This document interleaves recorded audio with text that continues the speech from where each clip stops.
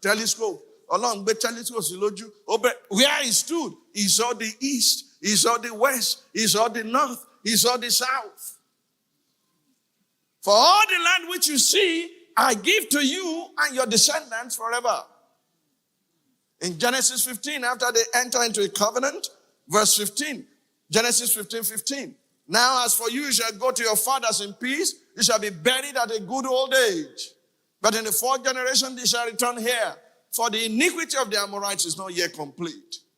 And it came to pass when the sun went down and it was dark, that behold, there appeared a smoking oven and a burning torch that passed between those pieces. On the same day, the Lord made a covenant with Abraham, saying, to your descendant I've given this land, from the river of Egypt to the great river, the river Euphrates, the Kenites, the Kenizzites, the Cadmonites, the Hittites, the Perizzites, the Rephaim, the Amorites, the Canaanites, the Girgashites, and the Jebusites. He mentioned those who are in the land that he will give. It was specific. It was a specific location. Oh, okay. Deuteronomy? Am I wasting your time? I'm doing this deliberately because many of you are so ignorant. You rent a house from your landlord, or you rent a property for your church from a widow, and you begin to say, wherever the source of my fish are touched is my own linear. As God told you, He's giving you that land. The Lord our God spoke to us in Horeb, saying, you have dwelt long enough at this mountain. Turn and take your journey and go to the mountains of the Amorites, to all the neighboring places in the plain, in the mountains, in the lowland, in south, on the seacoast, to the land of the Canaanites and to Lebanon, as far. God is a God of boundary. As far as the great river, the river Euphrates. See, I've set the land before you. Go in and possess the land which the Lord swore to your fathers, to Abraham, Isaac, and Jacob, to give to them and their descendants after them. Are you getting this? What kind of people were in this land before they got there? Deuteronomy chapter 7. Deuteronomy chapter 7, beginning from verse 1. When the Lord your God brings you into the land, into specific, into the land.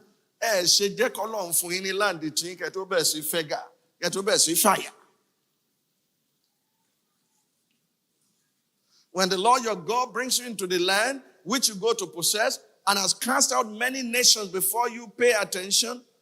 Ready? Read. The Hittites, the Girgashites, the Amorites, the Canaanites, the Perizzites, and the Hivites, and the Jebusites. 7 nations.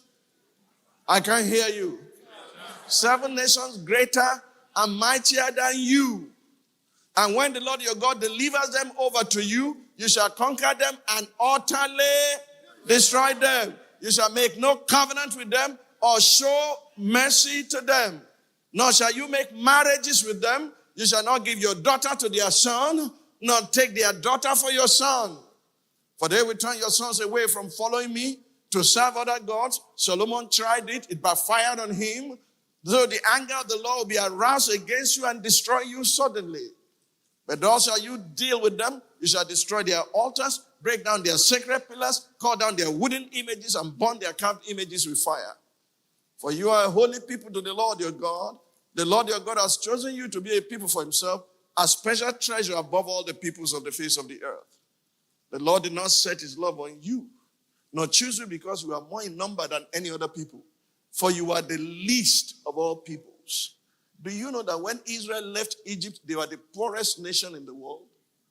No land, no economy, no schools, no infrastructure, no hospitals, nothing.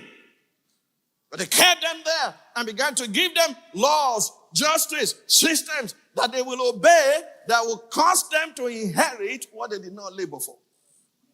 But because the Lord loves you and because he will keep the oath which is sworn to your fathers, the Lord has brought you out with a mighty hand and redeem you from the house of bondage, from the hand of Pharaoh, king of Egypt. Therefore, know what? Know that the Lord your God is God, the faithful God who keeps covenant and mercy for how many? 1,000 generations with those who love him and keep his commandments. And he repays those who hate him to their face to destroy them. He will not be slack with him who hates him. He will repay him to his face. Therefore, you shall keep the commandment, the statutes, the judgments which I command you today to observe them. Then it shall come to pass, because you listen to these judgments and keep and do them, that the Lord your God will keep with you the covenant and the mercy which is swore to your fathers. And he will love you and bless you and multiply you. He will also bless the fruit of your womb and the fruit of your land, your grain, your new wine, your oil, the increase of your cattle, the offspring of your flock, in the land of which he swore to your fathers to give you. You shall be blessed above all peoples. There shall not be a male or female barren among you or among your livestock. And the Lord will take away from you what? How many? I can't hear you. Did he leave any to afflict you? He will take them away from you and will afflict you with none of the terrible diseases of Egypt which you have known, but will lay them on all those to hate you. I'd like to show you something about this land. What is the content of the land? What are they going to find in the land? Listen, if God promises you a land and says, this is the land, like the citadel, and you don't find giants there, don't settle.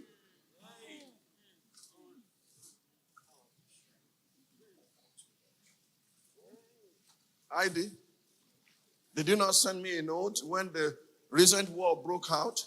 That, Pastor, you told us that they will attack us fiercely.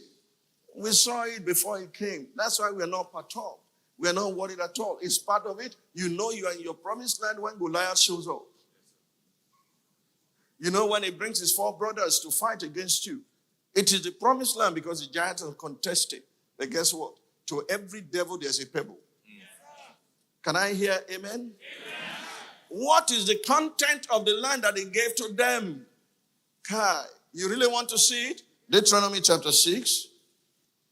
So it shall be when the Lord your God brings you into the land of which he swore to your fathers, to Abraham, Isaac, and Jacob, to give you.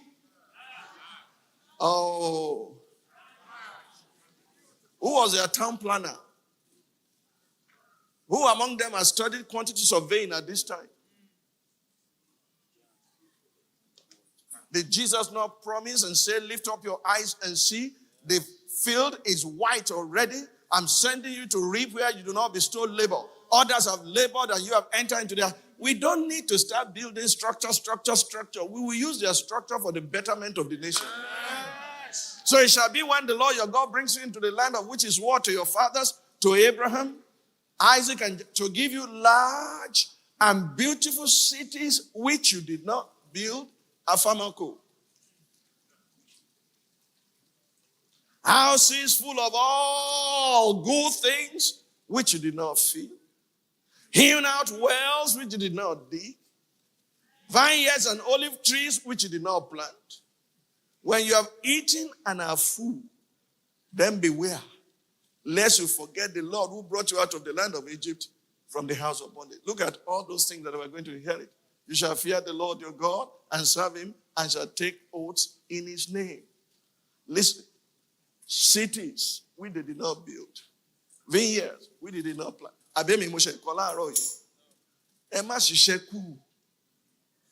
not against hard work. I work very hard. But I work smart too.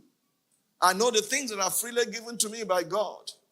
And I stand in them and I appropriate them. Such is this land. Do you understand me? He was here. Tower Aluminium bought it. They were going to plant their factory here. They were ready to start building. Then another opportunity occurred in Agbara Estate. And then they relocated to Agbara Estate. That is ample land for them to do. And they couldn't do anything. At the time we were looking for land, they said, we want to sell. Our name was on it before they bought it.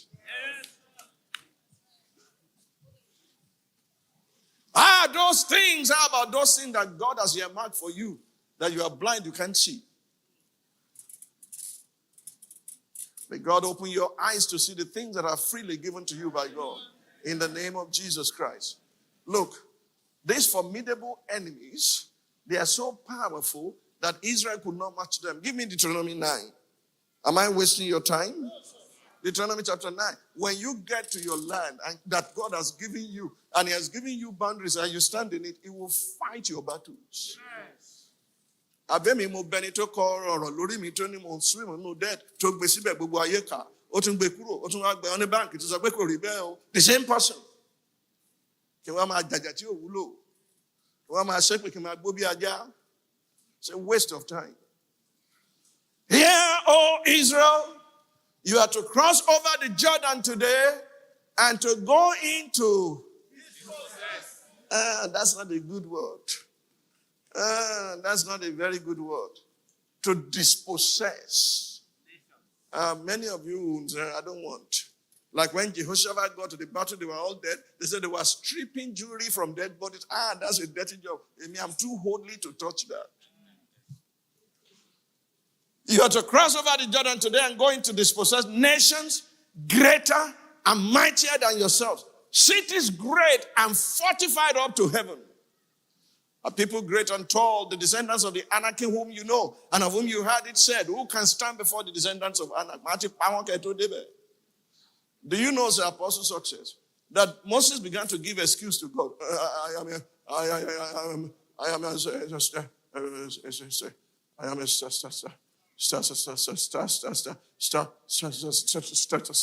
stammerer. How did he become a stammerer? Acts of the Apostles 7 say he was mighty in words and deeds. A condition to crayfish bent. Prince of Egypt,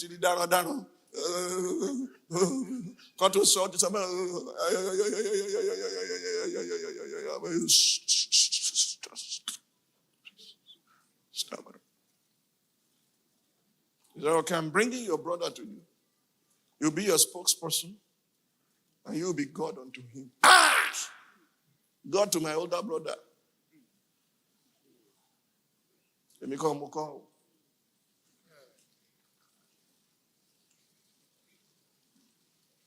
You know, when I step into corridors of power, I'm not afraid of them. I know who I represent. I lay bare. I say plainly. I show the way to go. And it's not because we are showing up, it's because we know who is speaking. Do you understand me? When Moses was now perturbed and said, God, there's something you don't know about me. Pharaoh said, dead or alive, he must be brought to Egypt. God said, so that's your problem. Everyone looking for you have killed them. May you be totally free. Amen. May you not run away from your shadows. Amen. You will get to this promised land. Amen. The promised land for you, for me, is 2022. Amen. We have already entered into it. We will praise God. And He will lay ambushes against the enemy. They will self-destruct in the mighty name of Jesus. Therefore, understand today, please pay attention, that the Lord your God is He who goes over before you. He goes before you as a consuming fire. He will destroy them and bring them down before you. So you shall drive them out and destroy them quickly, as the Lord has said to you. Do not think in your heart. After the Lord your God has cast them out before you, saying, Mo gba baba ladura. Te bari nígbà tí mo gba àwẹ̀ biribiri. Ìjọ mẹ́ta mo fi gba àwẹ̀ biribiri. Ni mo wá bẹ̀rẹ̀ sí pògèdè. Because most of your prayer is ògèdè. That mo gbàdúrà biribiri tí mo ti mi ò jẹun mọ́. Lọ́lọ́run bá ṣe o. Ẹ̀kẹ́ àdúrà ẹ̀kẹ́ hallelujah ni. Ẹ̀kẹ́ hallelujah, I'm a prayer warrior. You. If He has not given you the prayer to pray, you're wasting your time. True prayers originate from the heart of God. Do not think in your heart after the Lord your God has cast them out before you. Say, because of my righteousness, the Lord has brought me in to possess this. Continue. Because of the wickedness of these nations, that the Lord is driving them out from before you. Not only that, it is not because of your righteousness or the uprightness of your heart, that you go in to possess their land, but because of the wickedness of this nation, that the Lord, your God, drives them out from before you, and that he may fulfill the word which the Lord swore to your fathers to it. So the Lord, the first promise to Abraham was what? A specific land that is loaded. Tell your neighbor, I'm sorted, I'm settled, I'm loaded. Wallahi, we are not going to go abroad borrowing anything. What we need is here. And they'll begin to vomit them back. In 2022, they've started vomiting. You are going to hear good news from abroad and from home, that those who stole are bringing them back. We are not going to throw them into jail to start feeding them again. We will take what they have and let them walk naked. They join politics. They have a flat and a jalopika. In 1 year, they're dedicating 6 houses.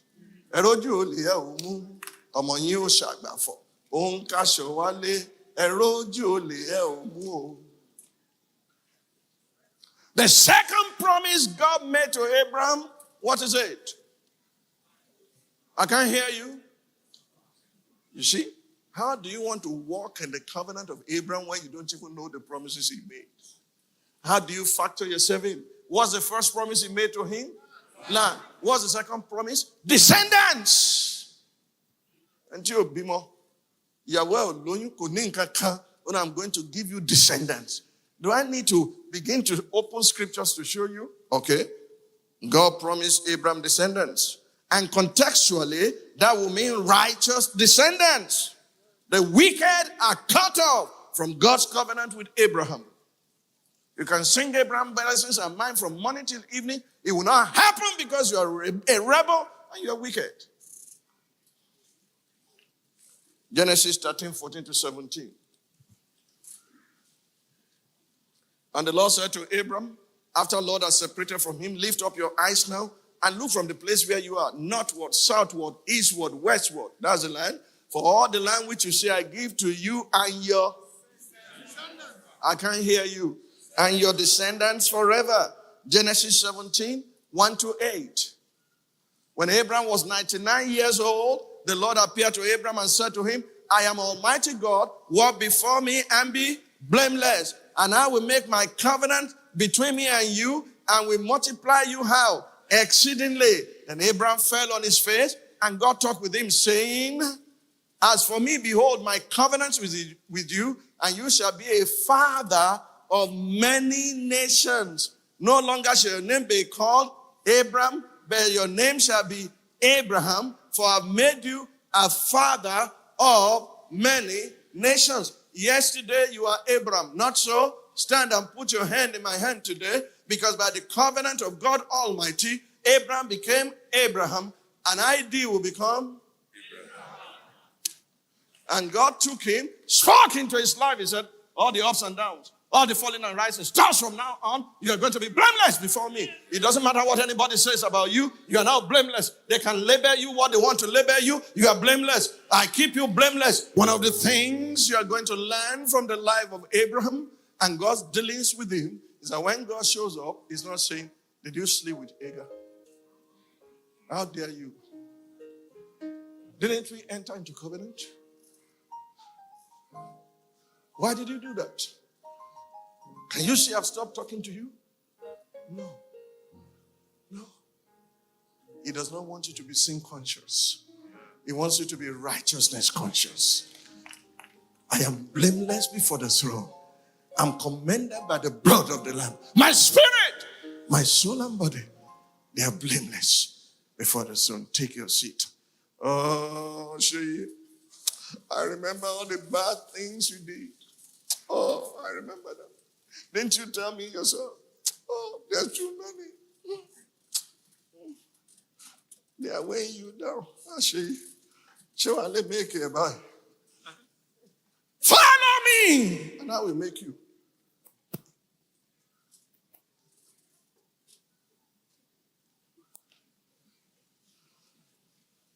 I will make you fishers of men, fishers of men, fishers of men. I will make you fishers of men, if you fall. Did Peter fail while following Jesus? He failed many times while following Jesus, but he never failed to follow. And he became the one that stood up and said, this is that which the prophet spoke. God gave him utterance. Are you here? Yes, sir. He promised him what? Descendants. You can go through the Bible again and again. You see him talking about descendants. What an amazing time we just had in the presence of God. I hope you are richly blessed. My heartfelt desire is that you may light up your word with the illumination you have just received. May the immeasurable grace of God empower you to act on what you've heard and to walk in the revealed counsel of God. Always remember that it takes a transformed life to transform a family, a society, or a nation. So let God do his work in you so that he can do his work through you. And as you proceed on this journey of destiny, remember that our ultimate destination is God. I pray that God's footprint will become your pathway and that your path will be as a shining light that shines brighter and brighter to a perfect day. This message will continue next week by God's grace. Until then, remain sandwiched between the peace of God and the God of peace. Have an amazing week. Bye for now. Shalom.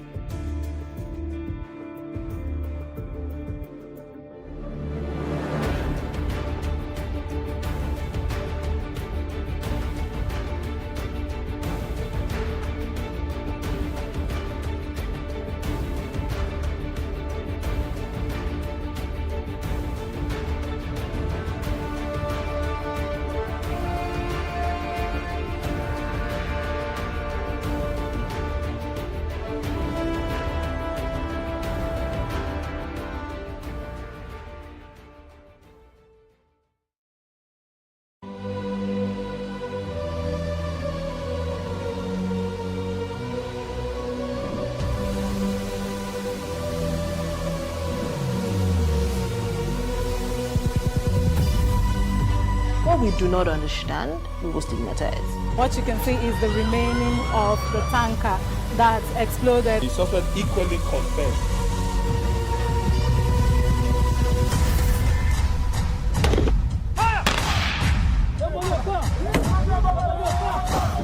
A 500 naira they collect them. If you no talk, then go beat you. Now 2,500 they pay.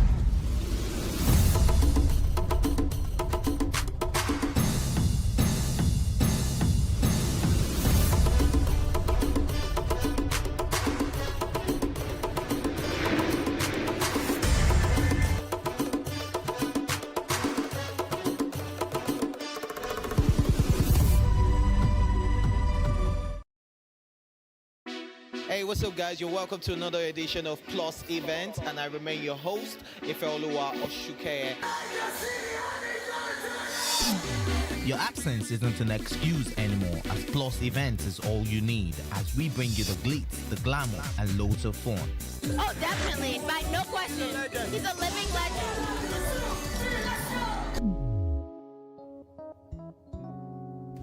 Oh, God forbid, Holy Ghost fire, no. I just want to be blown away. I want to be wild. This is 11 years of doing it.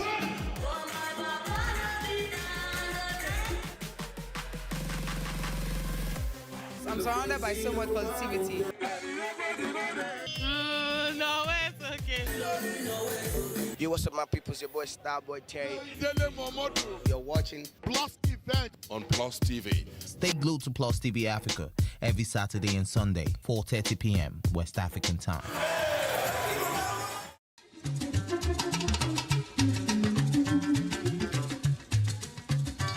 Happy birthday to you on this occasion of yours. Happy birthday to you. happy returns. Happy birthday to you.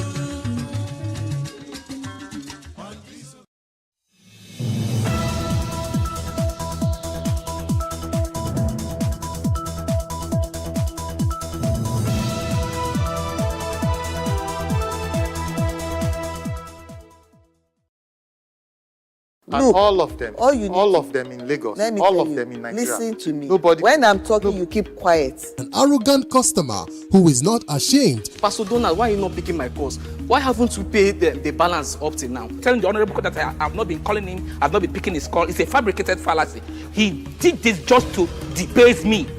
You are owing, and you are the one that is being arrogant at the same time. A Nollywood veteran hoped to diversify into marine transportation. Passenger boat I did not see. My money I did not see. I wanted to report him to Amadioha. He was testing the boats. One thing do one thing, the boat sink with engine. The husband does not like the responsibilities, but he likes all the pleasures a woman has to offer. I still dey live that now. First live person one pikin. How you go control? The dispute is real, and the judgment is binding. This is the Justice Court. Today on the Justice Court, the plaintiff, Iwelu Augustine, is asking the court to compel his tenant, Obiora Sylvester, to pay the sum of 339,750 naira overdue rent and vacate his apartment. All rise. Court in session. Honorable Judge Fumi Asaolu presiding.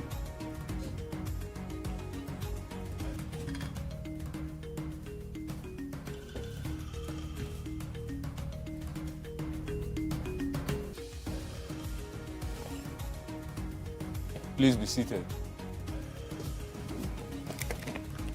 Your Honor, this case is between Augustine and Sylvester. That is one of it. Thank you. Why are you here? Okay, ma'am. Mr. Sylvester has been my tenant for about 3 months now, and he has refused to pay my rent as at when due. Each time I complain, I meet him for my rent. Is that he tells me the economy is hard, he has businesses, he has school fees to pay, all this and all that. So I went as far as meeting his the person that's witness for him on his agreement. We had several meetings, and the last one we had was about August last year, which he agreed to pay me by December. So I allowed him to do the calculation based on his own standard. He's agreed his calculation, the balance was 339,750 naira, which I have the screenshot on my phone. So when he got to December, I met him to pay. He said he doesn't have that. I took him, that I've already taken him to the Justice Court, that whatever I want to do, I should do that. When we get to the court, that the court will be adjourned, and at the end of the day, I will have to settle it outside, and probably will be paying me for 5,000, in short, at his own will. And I was so weak. That's why I'm really here. And before now, he told me of his friend's incident that had an issue with the landlord. The man's name is Chima. He said Chima took his landlord took Chima to court, and at the end of the day, the matter was adjourned. At the end of the day, he didn't pay as at when due. They paid in change. So that stuff made me scared and all that. So I just felt, while I was going through the YouTube and all that, I saw the Justice Court, and I felt this is the right place for me to address my matter once and for all. Yes, ma'am. That's my case. Okay. Go ahead. Respond to what he has to say. Okay. Thank you, ma. My name is Sylvester Obiora. And when his mother was alive, his mother was a very good member of our church, this particular church now. We took her as a mother. As a matter of fact, she was the one I discussed. You know, you are not here to talk about. I'm not here to listen to his family history. Wait. You are in court. Yes, ma'am. Be very, very, very cautious of whatever you say. The reason why you are in court, you know what it's about. Okay, ma'am. And that's what I want you to strictly address. Okay, ma'am.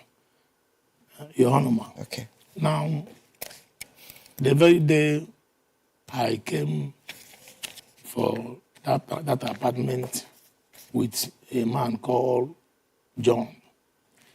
He never opened the gate for me to see the apartment, even before I made payment. And when he came to, when the apartment was later on, maybe next week or about opened, the house was decayed. Let me ask a question. Are you a tenant in that premises? There was no tenant. The house was abandoned. Did you become a tenant in that house? There was no tenant in that house before I came.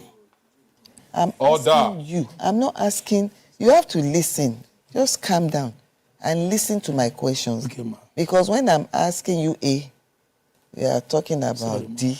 Sorry, ma. Do you understand? Yes, ma. So you already have your, I don't know, mindset of what you want to say in court. I don't have anything against that. But when I ask my question, I want you to patiently listen to me and address my question. I said, were you a tenant in that premises? Yes, ma'am. When did you become a tenant in that premises? I was getting to 3 years now. 3 years, okay. Are you a yearly tenant? Do you pay yearly? Yes, ma'am. Okay. So when was the last time you paid rent? Well, that was last year. This last year, I supposed to have balancing about 50-something thousand. Okay, you've paid part of it, but you've not completed payment. About 50-something thousand. Is that correct? Not true, ma. What's the position? What's your own position on it? He pays me as at when due, sometimes 10,000, 50, 20, and all that. So I can't really say he paid a complete year. Because when he paid... By your own calculation, how much is outstanding? 56, you said? No, 56. The total money, 250, but I paid 19 something. That was last year. 19 something. So the figure should be about 50 something thousand. That you are yet to pay? Yes. So he's claiming that by his own record, he's owing you 56,000 naira. Not true. In respect of the last rent he ought to have paid to you. And I asked you, by your own calculation, how much is outstanding? 339,750 naira. Okay. Now, I need proof.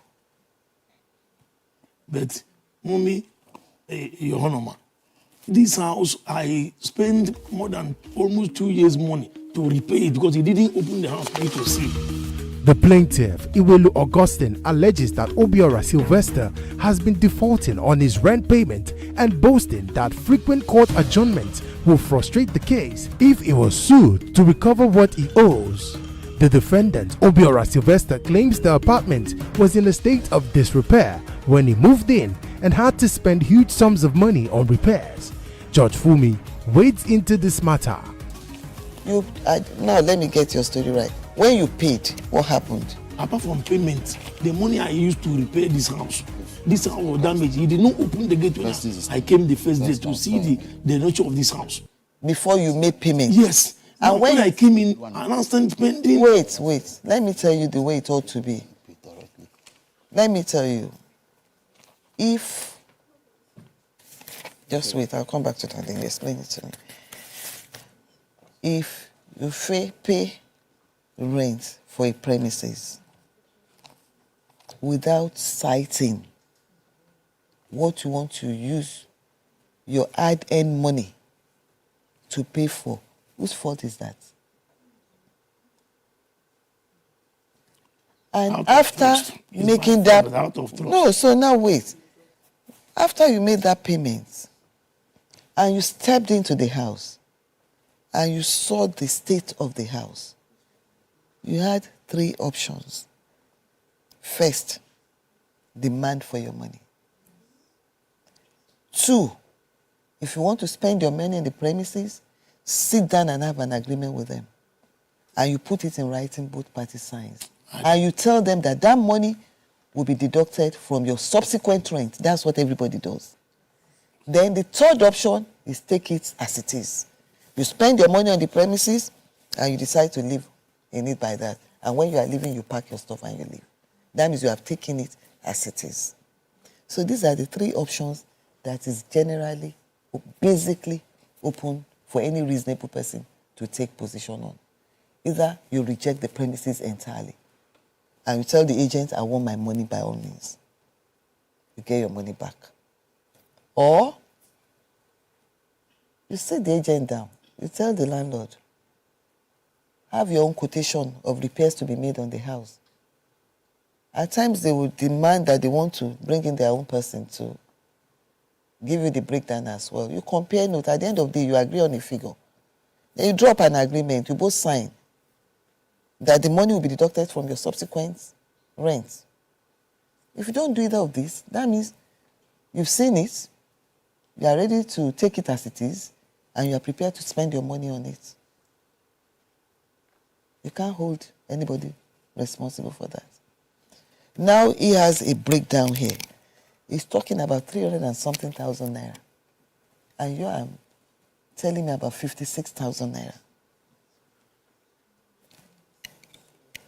The gap is wide.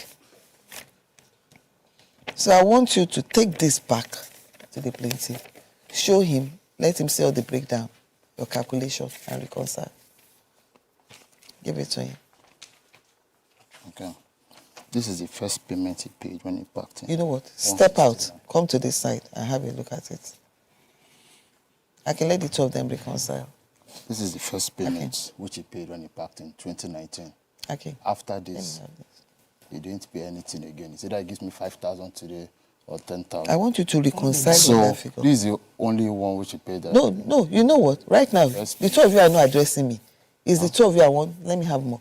It's the two of you I want to discuss and reconcile. Show him. Let him know.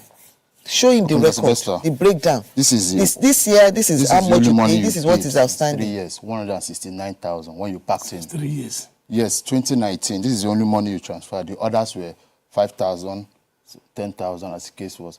When we calculated it in your witness house, Mr. John, with all your accumulation, that's how we got the balance of 300. What of all the ones you denied? No, listen. You have to talk.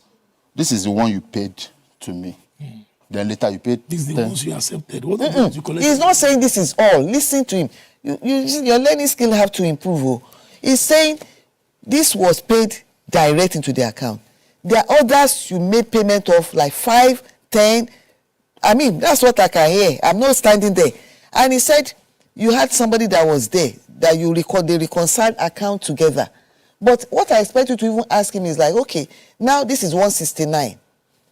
The one you are claiming I further paid to you by installment of 5 and those various sums. How much is that? That's what you should ask first. Add it to that. Then you now be talking about the balance. That's where you have the disagreement over. Your Honor. Yes, please. Sorry to say it before this court. This young man, I'm disappointed. There's no young man in court here. You are age mates. This man. Do you understand? Before the court, there's equality before the law. Go back to your court. Go back to your doc. This is my landlord before the court. I'm sorry that in a year, 365 days, I don't think whether that 5 days inside he can speak truth in that 5 days. You are insulting him. The truth. And if he decides to insult you back, how will you Mommy, feel? that is the truth. You don't understand. If anything at all, let me tell you, because it's very easy for you to say somebody is lying. You that you are talking, you have nothing on you. He's even the one helping you. If he did not bring this, and you don't have any proof before the court that you have paid a dime, the court will award judgment for everything against you. So, in what way is he not saying the truth? He's saying, look, ordinarily, this is what somebody that is not honest or truthful will present before the court. All these other 5,000 and co that you paid into his account, or you gave to him, that were not paid into the account, a crook will not accept to have collected it from you because he knows you cannot prove it. that he collected that sum. So if there's anything, right in front of me here, I'm seeing a honest and a man of God. You hear that? You are the one that your mindset is wrong. And you are putting on that stuff. You are supposed to be a Christian. If there's anything at all, you should be happy that you have somebody before you that is even admitting to have collected money that you cannot prove you gave to him. So, what is your stand? You are claiming you have paid money. You cannot prove you have paid money to that person. Despite that other person saying, you paid me. And you are saying there's no truth in that person's mouth. What is the basis? Your Honor, this last year, he was talking. I have with me the whole money that I gave him that list. What? This last year now. Speak out. I can't hear you. This last year. Okay. All the money that I gave to him, I recorded them down because... Let me have it. I requested for it. So why are you wasting the time of the court since?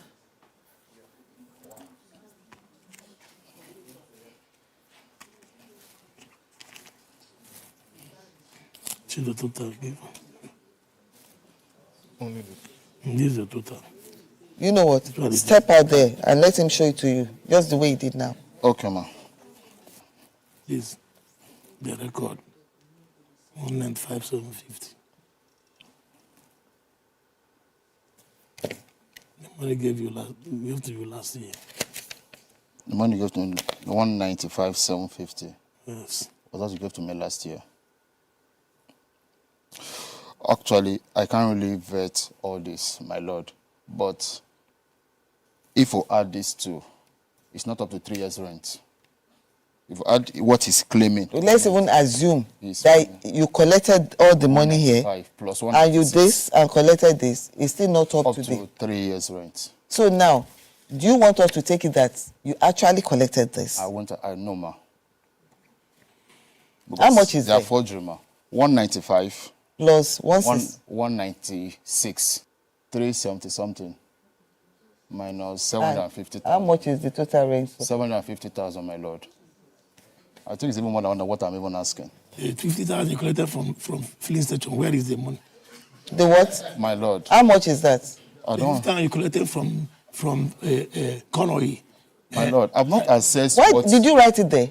You didn't write those ones. It's not in this place. Why didn't you write it? Last year own. I've not even assessed. You are supposed to compile everything. When you are coming to court, you come with evidence. You don't come here and talk. You see with the way you printed. I'm glad you have that there. But why didn't you complete it? And for you, he said he gave you one where? Which filling station or where did you say? Conway. Did you collect money there? Can you remember the sum? My lord, I collected 50,000 at Code Oil. Why I said is the 50,000 here? Why I said I want to accept it, my lord, is because what you wrote here, I've not been able to look at them, but they are off. Most of them are not true. This is what we accepted with John now. This is what we accepted with John. That John, you said you brought as my middleman. This is what you accepted with him now. Who brought John as a middleman? No, John. Who is John? Is his witness. John brought him to me. You are the one that brought John as my witness. Sir, this is the agreement, please. Let me have a look at the agreement. Please. This is John as my and this is witness. John, please show my lord. You remember the kind of this thing when it was signed? The size of pressure that. Let me wait. This is an agreement. Every agreement you have signature of the landlord and signature of the tenant. So, who is John to you?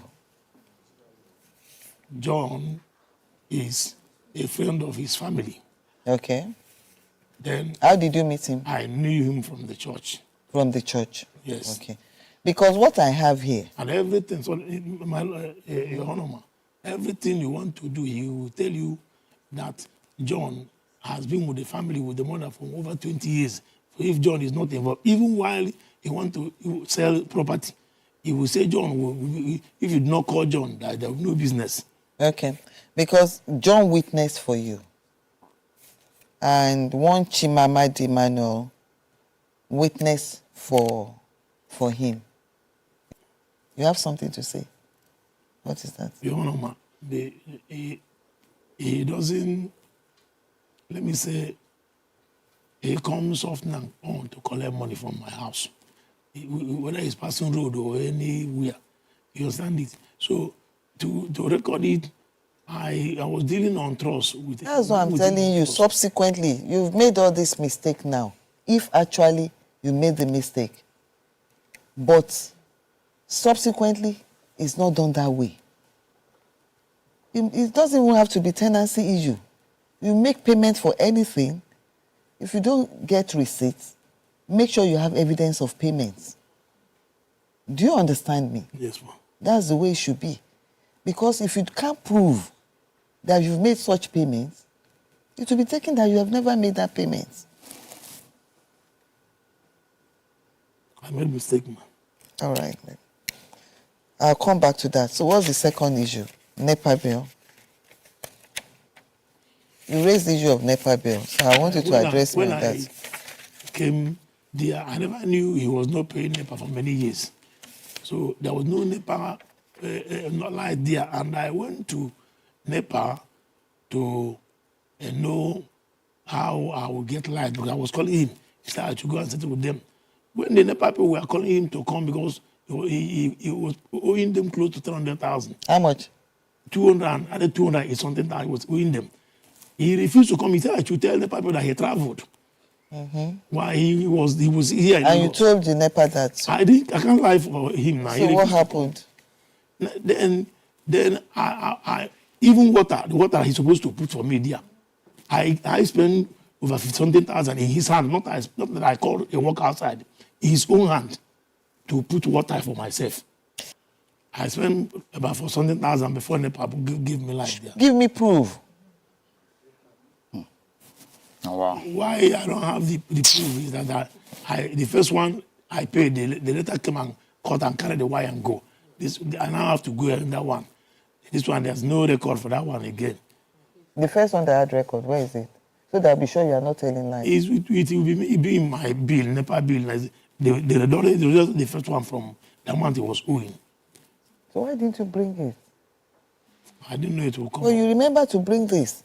If you did not bring anything at all, I'll say, okay, you are not even aware. You don't even know what to bring to court. But you brought this. So that shows you know you need to show evidence. Ignorance of the law is not an excuse before the law. That is it. So if you can't prove the NEPA, I can't address it. Which other matter? Move to the next one. We're talking about water. The water. What about water? The water, I spent 500,000 in his hand. I gave him 30,000. Any amount you spend, just give me the proof. That is all. Give me the proof. He's the proof now. He's the proof now. Annoying me.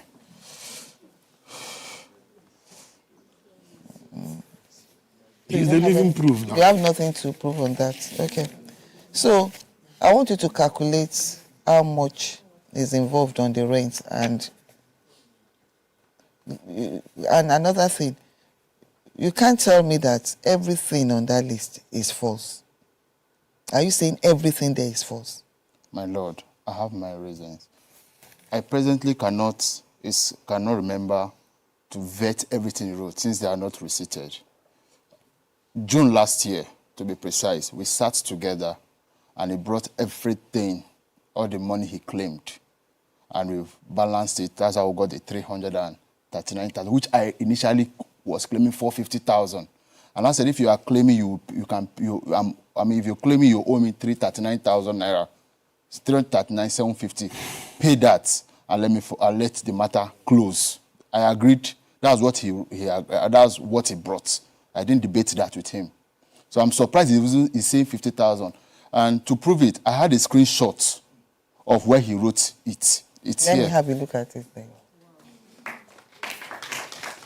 You see the power of evidence? Please, show my lord. And the date why I can check it. That's the screenshot of his own calculation, my lord. I was claiming 450, because that is exactly what he's owing me. but he reduced it to 339,750. And since that day, ma, he has not paid me 1 naira till Have a look at it. Have you seen that paper before, Mr. Sylvester? At least you're a Christian. Look at it. If you have not seen it, tell my Lord I'm lying. You are a Christian. Look at it and tell me the truth.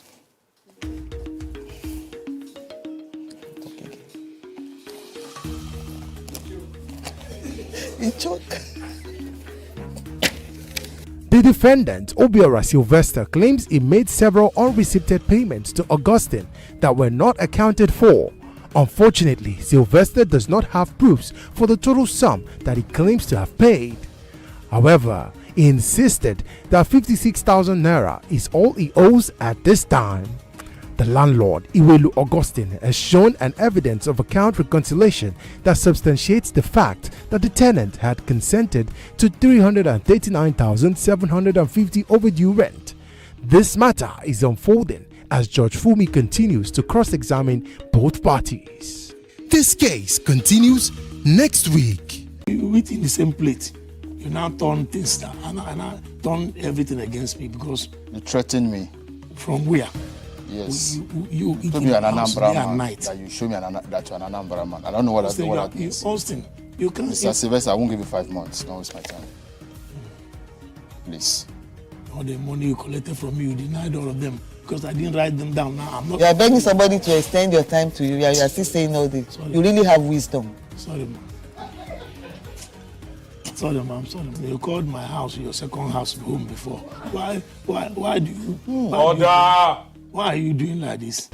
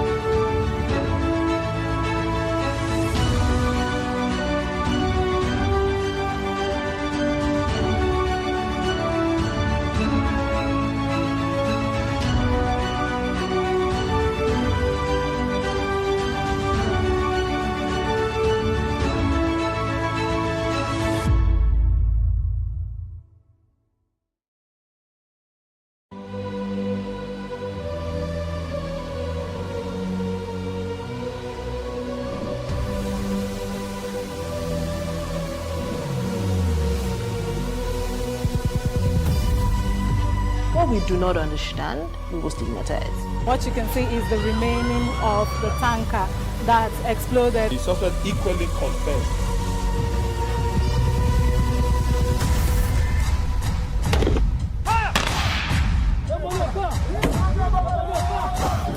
A 500 naira they collect them. If you no talk, then go beat you. Now 2,500 they pay.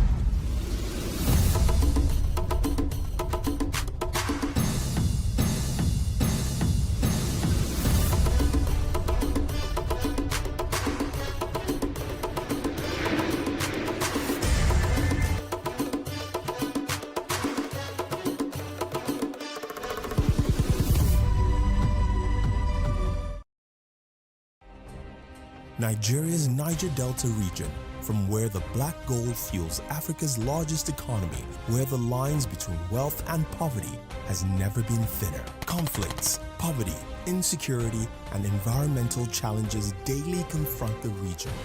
How can the Niger Delta story be changed for the better? Join Mamode Akuga at 9 p.m. every Friday evening on PlusTvAfrica as he probes deep in search of solutions. Inside the Niger Delta with Mamode Akuga, the authentic voice of Nigeria's oil-rich region.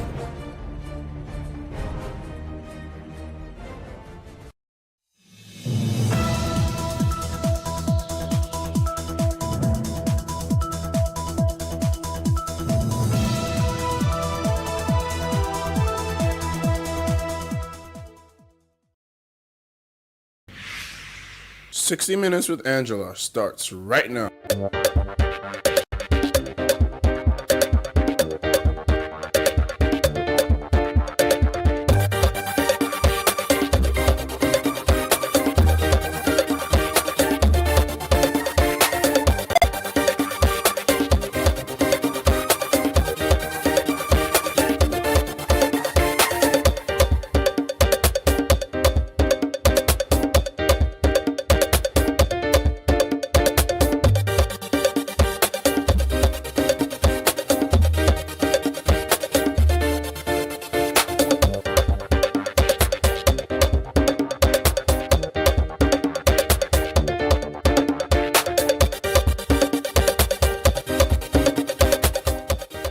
It used to be called the Consumer Protection Council, CPC, but today it is the Federal Competition and Consumer Protection Commission, FCCPC.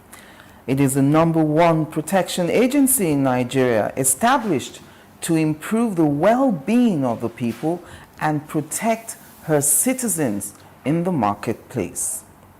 Essentially, the Commission's role is to prevent abuse, exploitation, and any form of mistreatment or disregard with respect to consumers.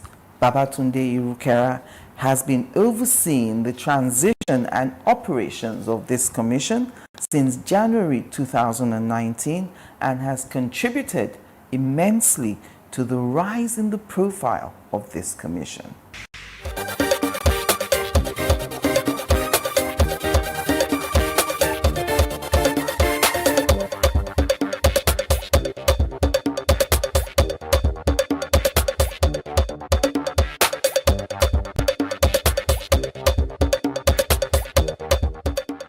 I wanted us to start with the name of the commission. You know, I know and I understand what consumer protection is, but what in the Lord's name is competition protection?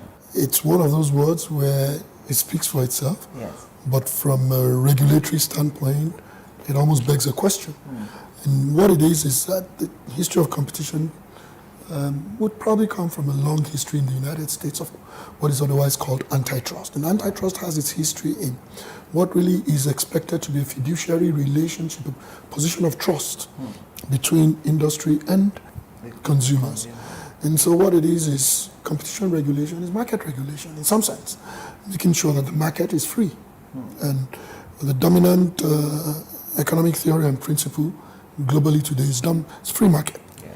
And the free market means where you allow the market forces to decide the nature of the dynamics of the market, especially something like price. And so a free market means the government is not, one of the ways it's called free market. There's a long history of government interfering in business or even really controlling business. And then you've got some of the old principles of socialism, communism. But capitalism itself had to progressively unlock the market. So a free market means let everything be negotiated freely in the marketplace between the seller and the buyer. And so you might think that a deregulated market means the government is out of it, and that's true. But there are other factors that can distort the market. For instance, if there are entry barriers, if it's difficult for someone else to get into the market to compete, that's a barrier to entry and it distorts the market. It's price fixing. There's a cartel. If competitors can get together to fix prices, then essentially the market is not nearly as free as it is, because there is some externalities that affect what really would be a free negotiation. And there are a few other things, like subsidy. If a business is subsidized and another one is not subsidized, it's not a free market. The real full forces of the market, which is broadly characterized, demand and supply, but having many sub-characterizations and not operating clearly. Competition regulation is looking to each of those things, whether it's in a merger or acquisition, where a company that has maybe 60% of the market share wants to acquire another company that has 20% of the market share. And so that acquisition in itself promotes a level of dominance that could potentially become problematic. And so a competition regulatory system would address that. Might look at it and block the merger, or it might approve the merger with certain conditions, what otherwise known as potentially structural remedies or behavioral remedies. So there are a few different things that are in the toolbox of a competition authority to regulate the market to make sure it's free. All right. So in the United Kingdom, they have 8 consumer rights: adequate food, clothing, water, shelter, healthcare, education, public utilities, and sanitation. Are those consumer rights also available in Nigeria here? In a manner of speaking. Right. Yes. But in a matter of practice, I think Nigeria still scores significantly behind on a lot of those key ones, including the Sustainable Development Goals. In February 2019, the President Buhari signed the new FCCPA Act, and that repealed the old one, the Consumer Protection Council Act, but now with more stringent penalties for violations and non-compliance. And these rules apparently apply to all goods and services providers in the country. Do you disagree with those who assert that this commission has an unusually wide jurisdiction covering every consumer issue in Nigeria? And for instance, how feasible is it to apply these rules in a technical industry like the aviation industry? Should aviation have been exempted, for instance, from it?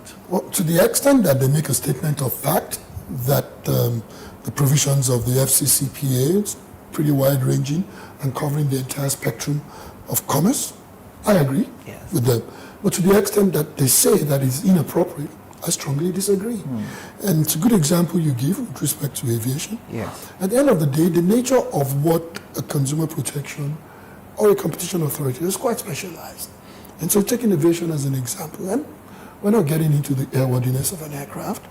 We're not getting into what the safety standards are. We're not discussing what the appropriate weather visibility should be, or what type of equipment is even appropriate for the market. We're talking about the fundamental commercial principles of how passengers are treated, consumer protection. Buying and selling. Buying and selling. And the commerce of competition. It's simple. It's economic, and it's economic theory and legal theory. And that's what our specialty is. And that specialty, they're principles. And they would apply in every industry anyway. We would study the market, we would do market studies, we would engage sector regulators in how to proceed, but none of the other sector regulators have the expertise or the specialties we have, which is focusing on consumer protection and competition regulation.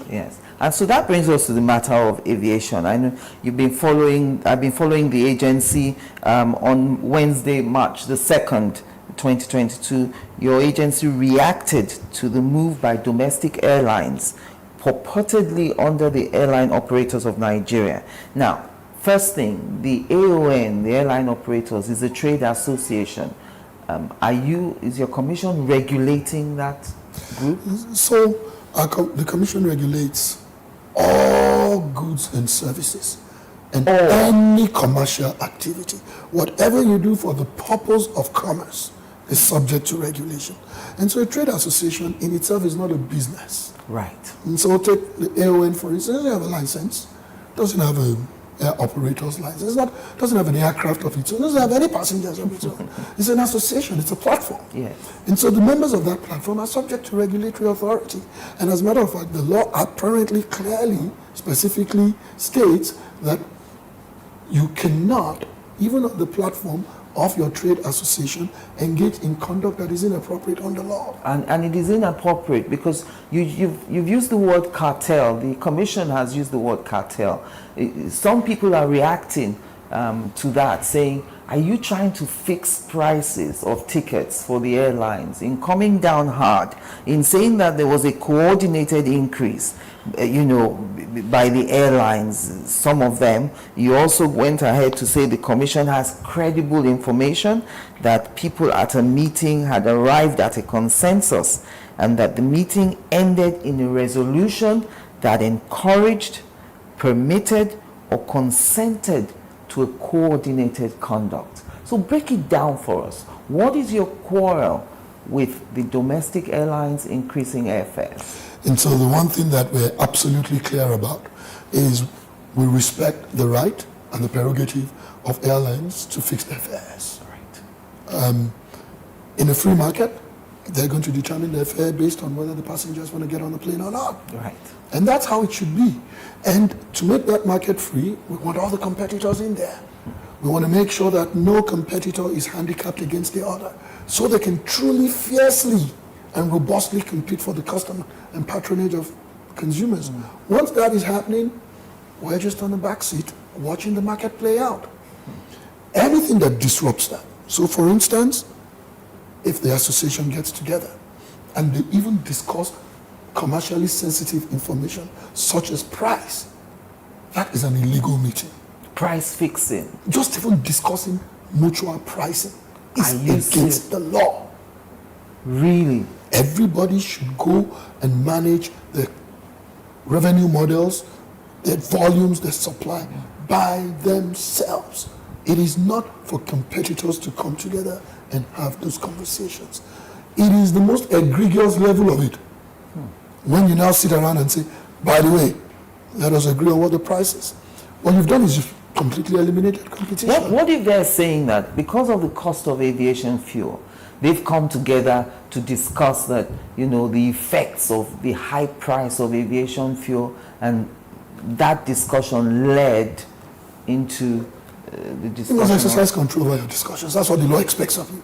There's nothing wrong with, at an association level, coming to discuss issues of mutual concern or benefits to members of the association. There's nothing wrong with, at the association level, saying, look, we have a problem with the cost of aviation fuel. What are the things we can do to engage or even to promote efficiency in such a way that aviation fuel continues, the supply chain continues uninterrupted, or that the price of aviation fuel can be controlled? And so take, for instance, you have a co-located tank farm. You're doing co-location with tanking fuel from the service point onto the tarmac. You can have all those conversations. You can have conversations about how to make your businesses more efficient and all of that.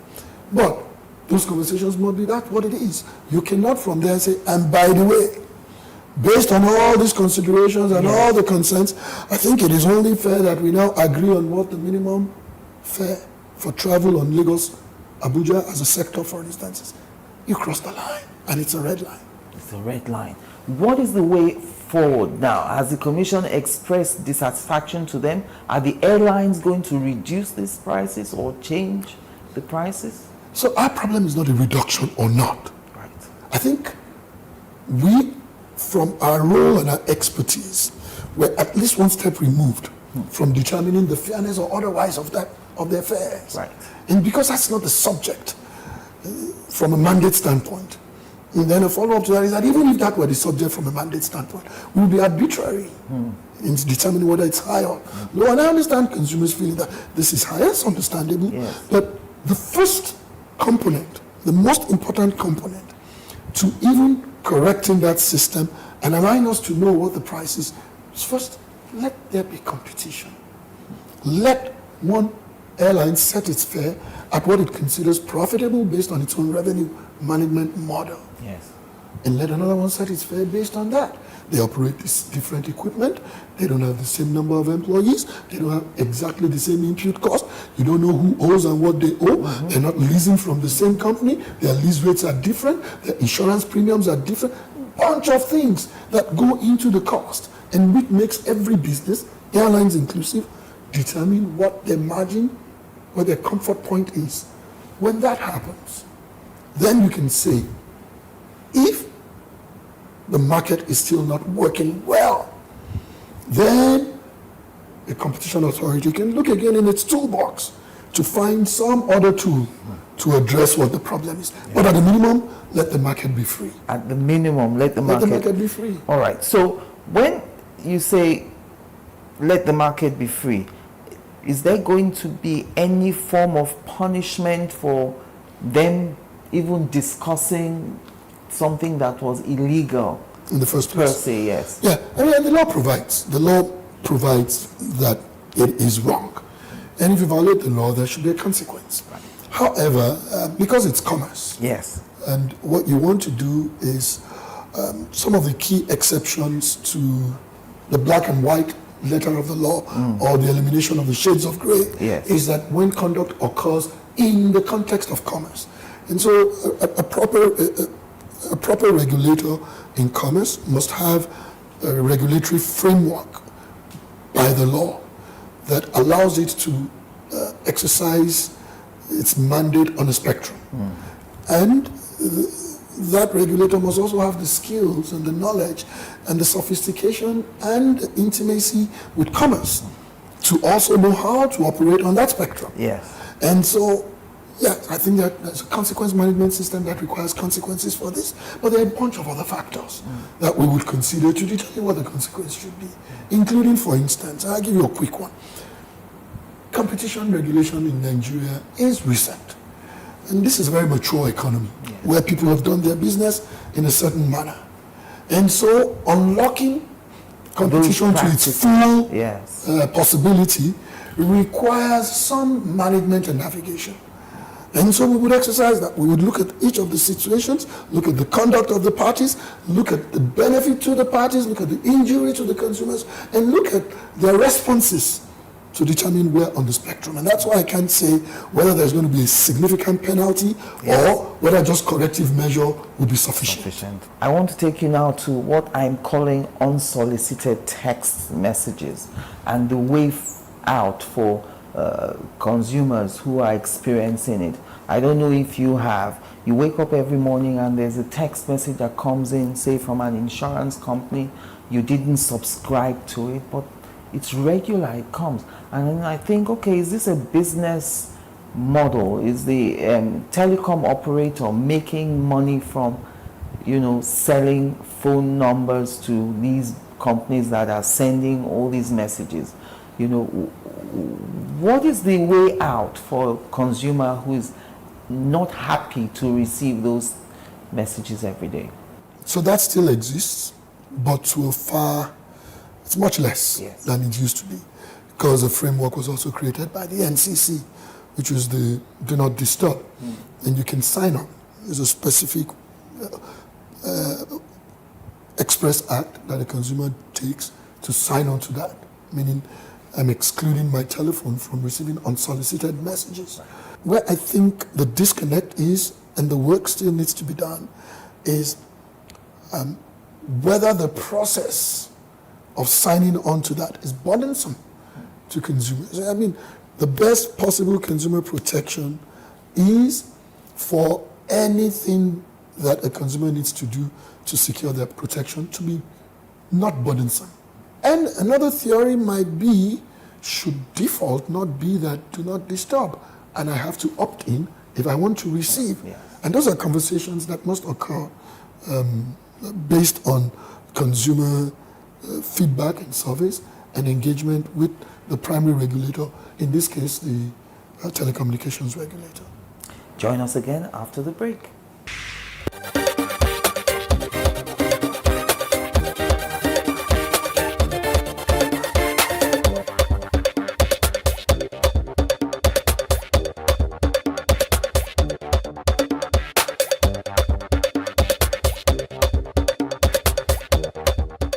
Welcome back. Now let's go to the matter of money lenders. The National Information Technical Development Agency is partnering with you, the FCCPC, to prosecute money lenders who abuse debtors' data. That was a new thing. People went online to lend money, and then when they defaulted, the commission says they hacked into their contacts and start sending messages to the contacts saying, I've seen a few of those messages. This person is a chronic debtor and he doesn't pay his debts. But I'm not sure if the use of the word hack is right, because according to the people I've spoken with, they actually ask you at the time you're signing in or lending this money, they ask you for access into your contact. So, and I'm thinking from the legal point, you went to lend the money, you subjected yourself to their rules and regulations. So when they come back and behave badly, shouldn't you just swallow it? Personally, I'm personally outraged by it. The reason is that our investigations so far just shows that it's just wild, wild west space. Borrowers invariably, not necessarily even inadvertently, consent to that. But the role of Consumer Protection Authority is not limited to where consent occurs. It's also where it shouldn't even be a term of a contract in the first place. And so what we are saying is how important to borrowing money and recovering money is a public shaming and a reputational damage to literally everybody on anyone on your contact list. Yes. How important, I mean, how is that a very important aspect of traditional lending and profiling for repayment? Getting around to developing the regulatory intervention in this space has taken quite some time and a lot of brain thrust in multiple agencies. Can they still contact this commission? Absolutely. Right. We're receiving emails every day. We're harvesting cases. Yes. We're harvesting information. In other words, public shaming cannot be justified under any circumstances whatsoever. I think I would not go nearly as to say under any circumstances whatsoever. But it's fair to say that it cannot be justified under the circumstances in which it is happening. Okay. Under those specific circumstances. Yes. I saw that video. You know, they put a blob of margarine in pot and cooking. And I thought, you know, we've always used Blue Band when we cook jollof rice. It makes the rice moist because jollof rice can be very dry in the throat. And I read your website, I read the explanation, and some people are still insisting that it's fake.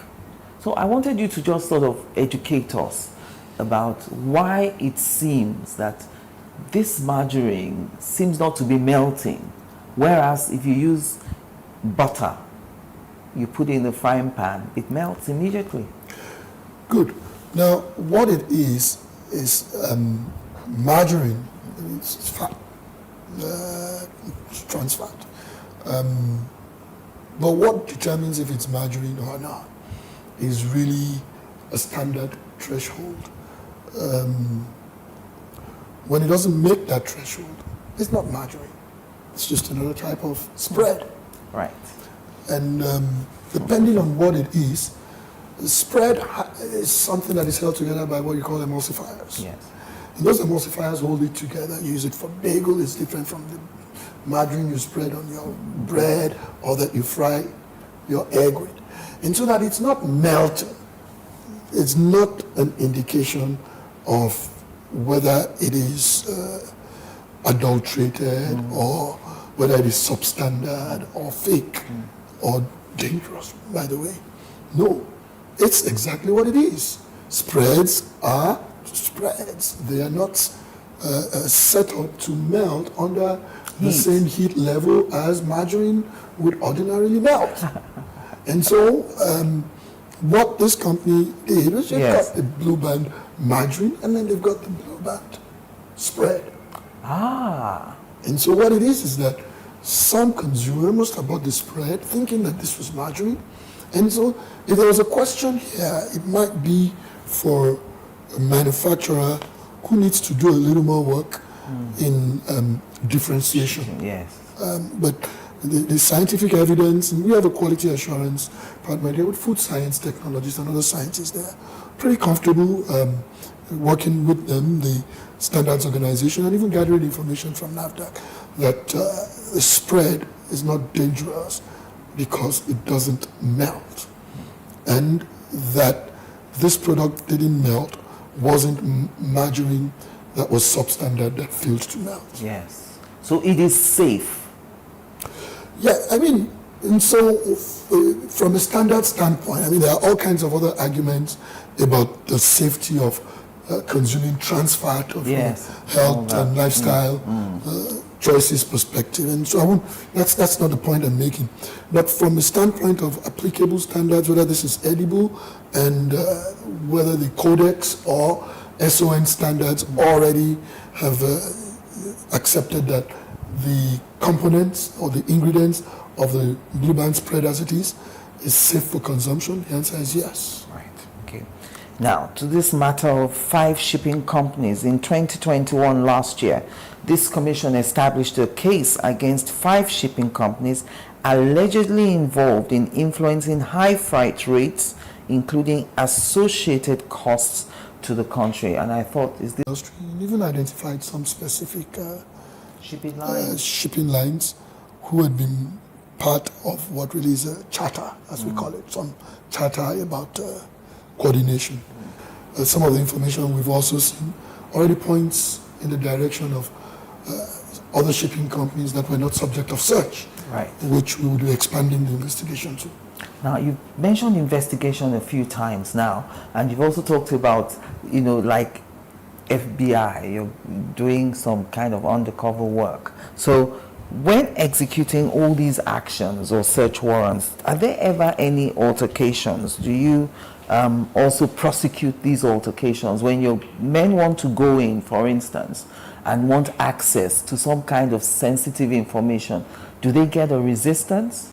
I would say we've met with resistance.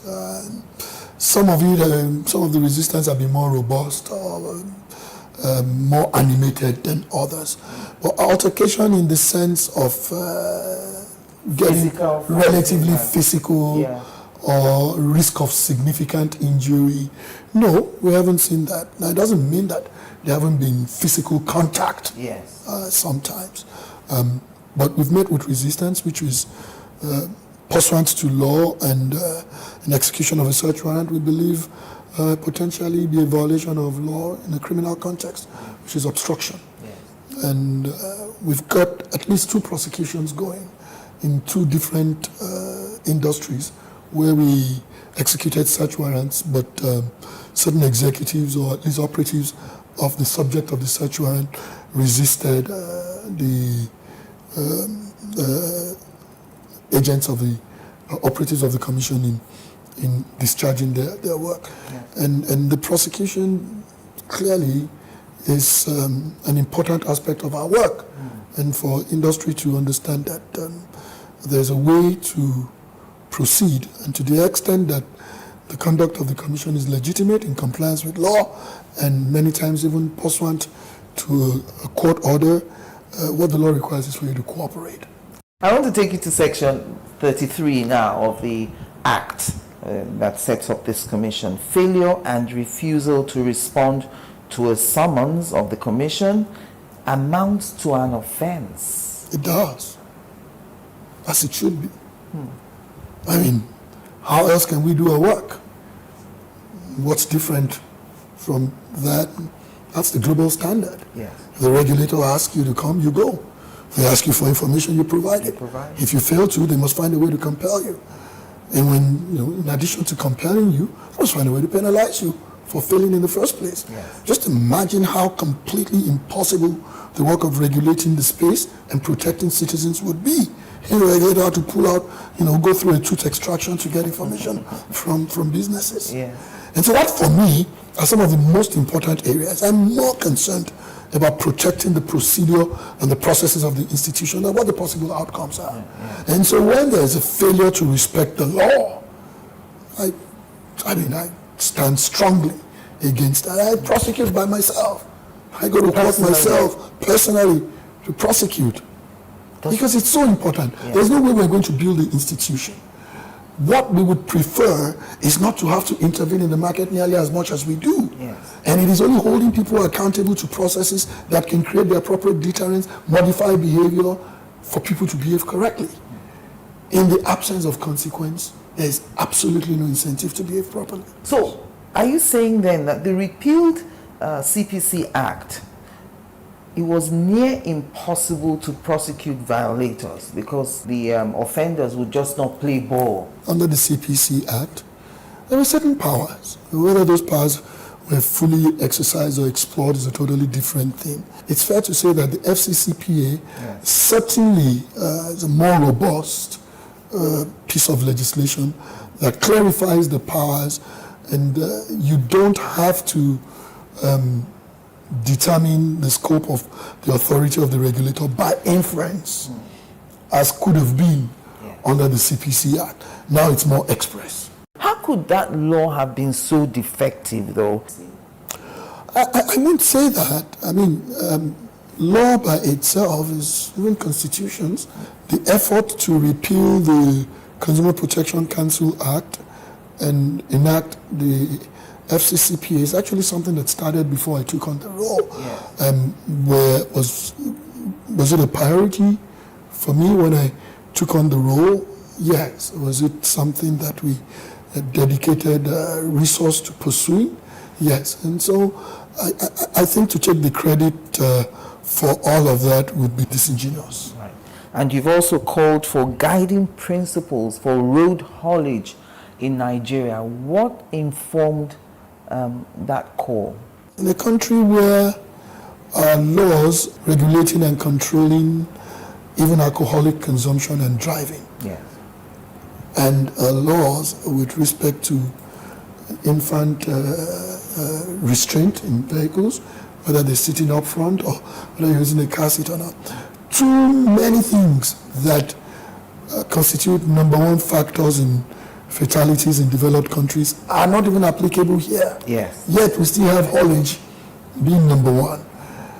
And so, and to the extent that haulage, road is still the primary method of transporting goods and even hazardous and inflammable products and materials, it became very important that we needed some concerted effort beyond the FCCPC, but with other key agencies like the FRSC, police, LASMA. We need to come to some understanding, and even the trade unions, the trade associations and platforms within haulage, you need to come to some mutual understanding that we can't keep behaving like the ostrich, burying our head in the sand and thinking no one sees us and saying this is a regulatory failure or bad roads. There are things we just have to come together to do. And so that's why I think, the best thing is to promote guiding principles that we both agree on and we both adopt. So let's proceed from there to self-regulation and then crystallizing that self-regulation into proper regulation where there are penalties. And so that's why we led the effort to promote guiding principles on what is appropriate. And there are a few things. One is roadworthiness of the vehicles, weight, what training the drivers have, rest hours, how many hours a driver can rest, and what are the tools we need to begin to monitor this. I think when we started with seatbelts in this country, people thought it was unenforceable. But now that has moved to the market itself, people intuitively use their seatbelts. When we started with traffic lights, and are we perfect yet? No, we're not. But people are far more disciplined with obeying traffic lights. So let's proceed with this also.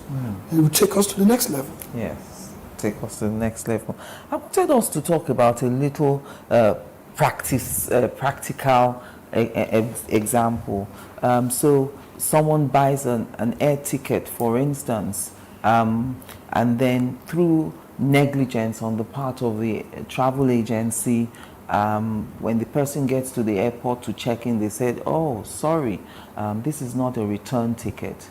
Your journey going is assured, but the return isn't booked. And so that person had to buy a fresh, full ticket. Now, defeating the purpose of buying a ticket earlier on, he wanted to get a cheaper ticket. So the cheaper ticket, let's say, was about $700.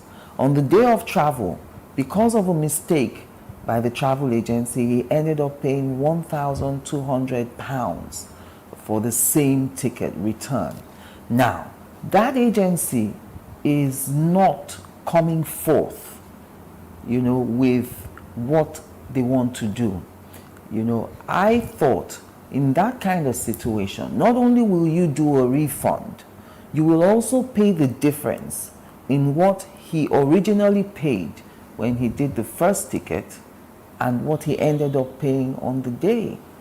What is the way forward for such a person, a victim? The odds that the travel agent will get that wrong are, stacked really low. So if that happens, it's an almost unforgivable failure. This is a real case.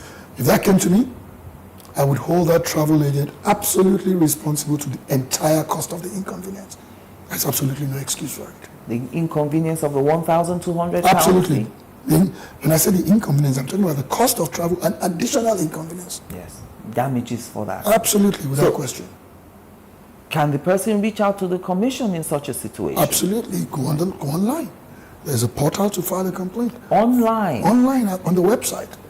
There's a portal to file the complaint. File the complaint there. It's going to give you a case ID number. It would respond to you. It gives you access to the portal for you to see the progression of your complaint. We will hold that travel agent accountable. When we come back from the break, I want us to talk about taking action. The website for the commission is www.fccpc.gov.ng. That's www.fccpc.gov.ng. Join us again after the break.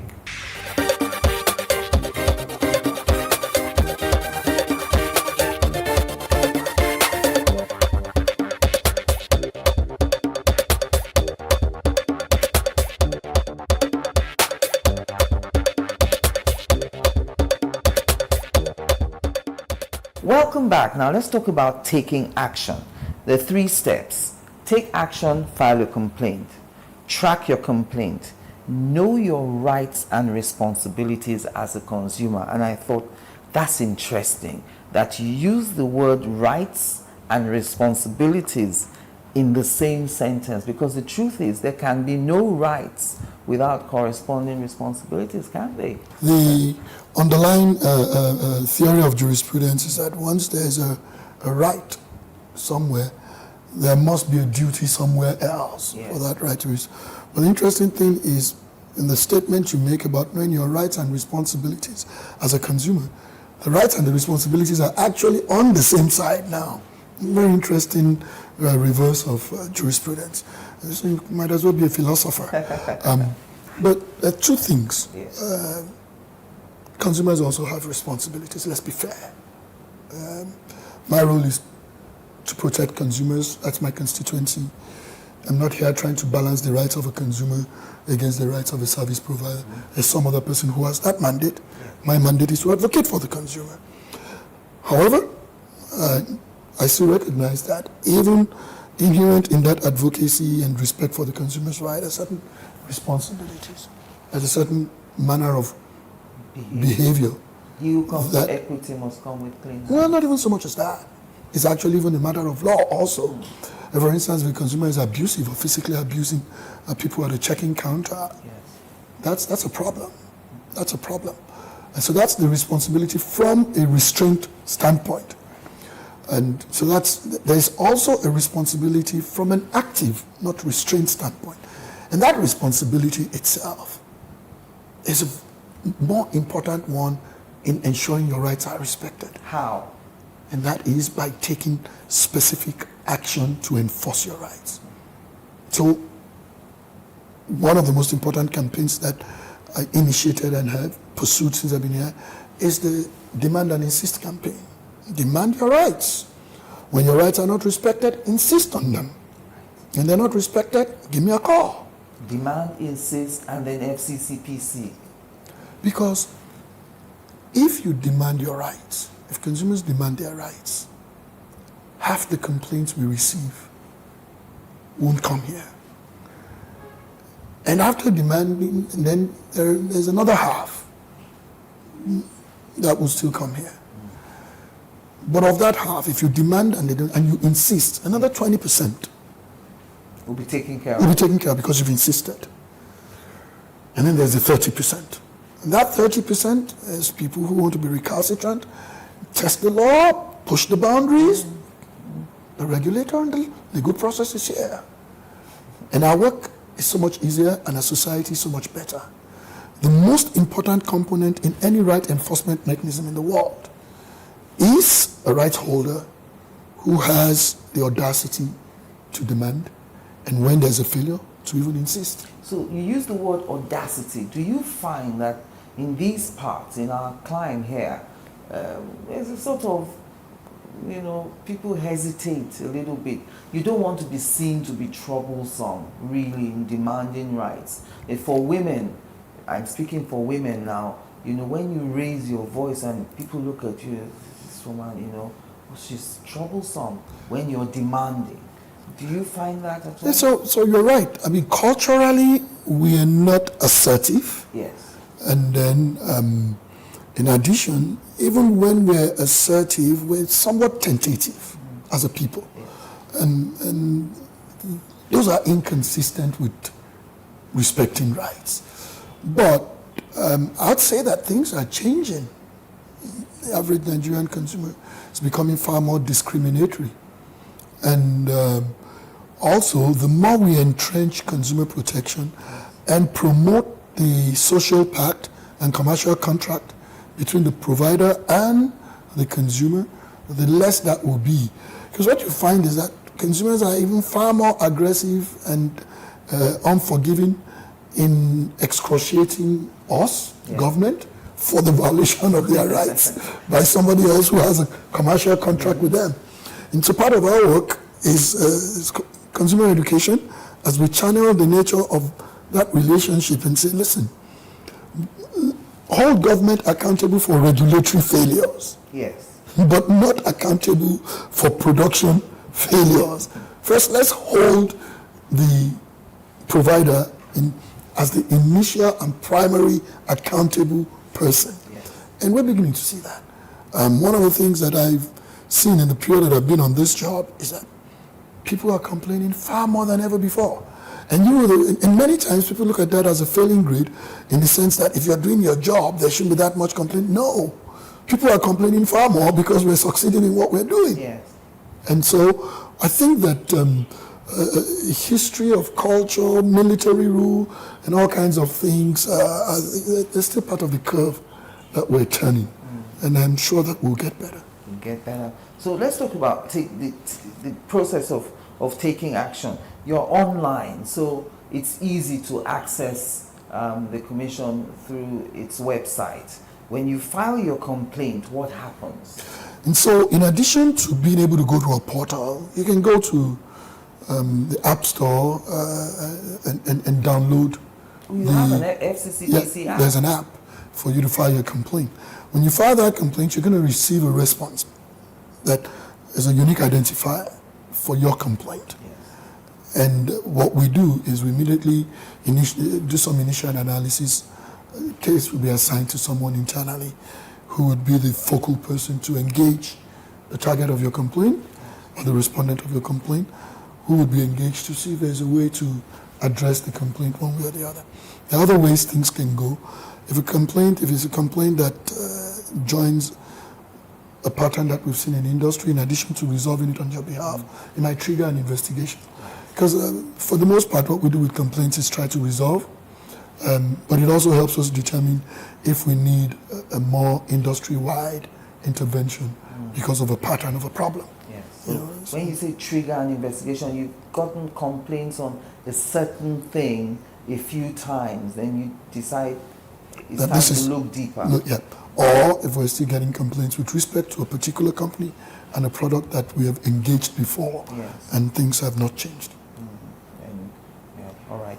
I want to take you back now to 1996. I mean, that's one of the things that you're famous for, Trovan. Oh, gosh. The largest meningitis outbreak in northern Nigeria, and that $80 million settlement that you achieved for the affected children and their families. Was that money ever paid? There's always been a Absolutely, to the last cent. $80 million. $80 million. It was divided into two, a fund for healthcare priorities of Kano State and a fund for compensation to those who could have been proven to have been part of the study. Yes.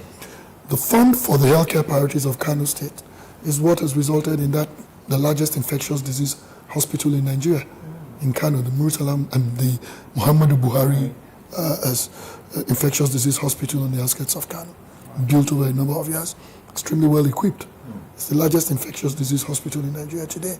And then the fund for the victims, yes. That was, they set up a trust for that, and that trust had a team of people who created a process that the victims and their lawyers passed through, yes. verified and demonstrated that they were included in the tests, in the clinical test, and they were paid. They were absolutely paid. What was that case about? Well, I mean, in 1996 when it happened, I didn't know at all about it. But in 2006 when I read about it, that's when we commenced the action on it. And what it was apparently at the time, in 1996, when it happened, Pfizer was in the late stages of developing an antibiotic known as, at the time, Trovan. They'd gone through some stages of it. And so there was an outbreak of meningitis in Nigeria. And so some of these Pfizer researchers in the US saw that on the news and realized that it presented an opportunity to test Trovan against meningitis as an indicator. Yes. And so they had also progressed somewhat in the clinical test. It was stage 3 or stage 4 clinical trials that they were. And so they saw the situation in Nigeria as an opportunity, which in itself... Was that a bad thing? That's the point I was about to make. In itself, it's not necessarily bad to see that an outbreak of an epidemic is an opportunity for drug development. I mean, think about it. I mean, COVID, we've had to develop vaccination and medication against COVID right in the middle of the pandemic. So it's not necessarily bad. What the issues were was the parameters, the standards, and the appropriateness of conduct in the process. And one of the things that established that was that there are laws. You must obey those laws. There's a process you must go through.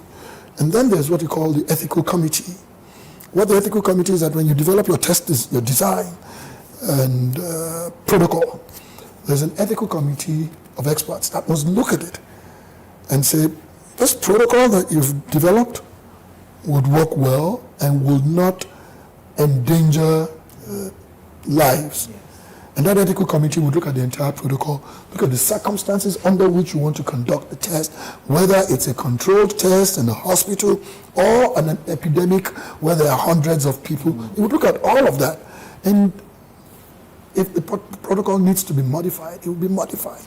What it was that Pfizer didn't have that ethical committee clearance. Was that because they thought they're coming to deep dark Africa where we don't know anything? What I can say for sure is that it was wrong. And Pfizer knew from experience that it was required. It was when Pfizer made an application to the US FDA, the Food and Drug Administration, the US new drug application, to try and get Trovan approved, and presented some of the outcomes of the clinical trial in Nigeria as part of the efficacy of the medication, that the US FDA asked for the ethical committee approval. And there was none. And what the investigation concluded at the time was that Pfizer now procured one that was backdated. And so the question of the proprietariness of the conduct was questionable. And there are all kinds of other allegations that were also part of what was going to be a very, very contentious civil case and criminal prosecution. But none of those cases went forward because Pfizer elected to otherwise resolve without pursuing the judicial process to the very end. And that brings me to the question of the efficacy of the COVID-19 vaccines. There's still very little penetration in terms of how many people have been vaccinated. And there's a very strong resistance. People think that because normally vaccines take years to develop, this one that came within 2 years, they think that there's something wrong with it, or people don't want to be guinea pigs. And so here we are trying to decide whether the glass is half full or half empty. I think it's half full. I'm convinced. I'm absolutely 100% persuaded, convinced, both from personal experience, just from reading from open sources, from engagement with scientists and even other regulators in the drug control space or disease control space, that the vaccinations are absolutely efficacious. So you'd encourage Nigerians who haven't taken the vaccine to do so? Beyond encouraging, I'll plead. I'll plead that it's so important that we take the vaccination. More important for us to take the vaccination here than it is even in the West. And on the matter of importation of substandard fuel, those whose automobiles were affected with this high method, whatever. Off-spec, we call it off-spec. Off-spec fuel. Can they resort to your commission for help? And some have. But you know, what we found to be far more methodical and certainly less chaotic approach to handling that was in part our engagement with the primary regulator, the mid and downstream regulatory authority, and even the NNPC, who quickly came up with what was the method to what was a chaos. Engaging the retailers, saying, look, for people who bought fuel from you, if they have a problem, let them return to you, because that's the primary point. Yes. And that's the best screening point. And that, as much as we understand it, has worked somewhat.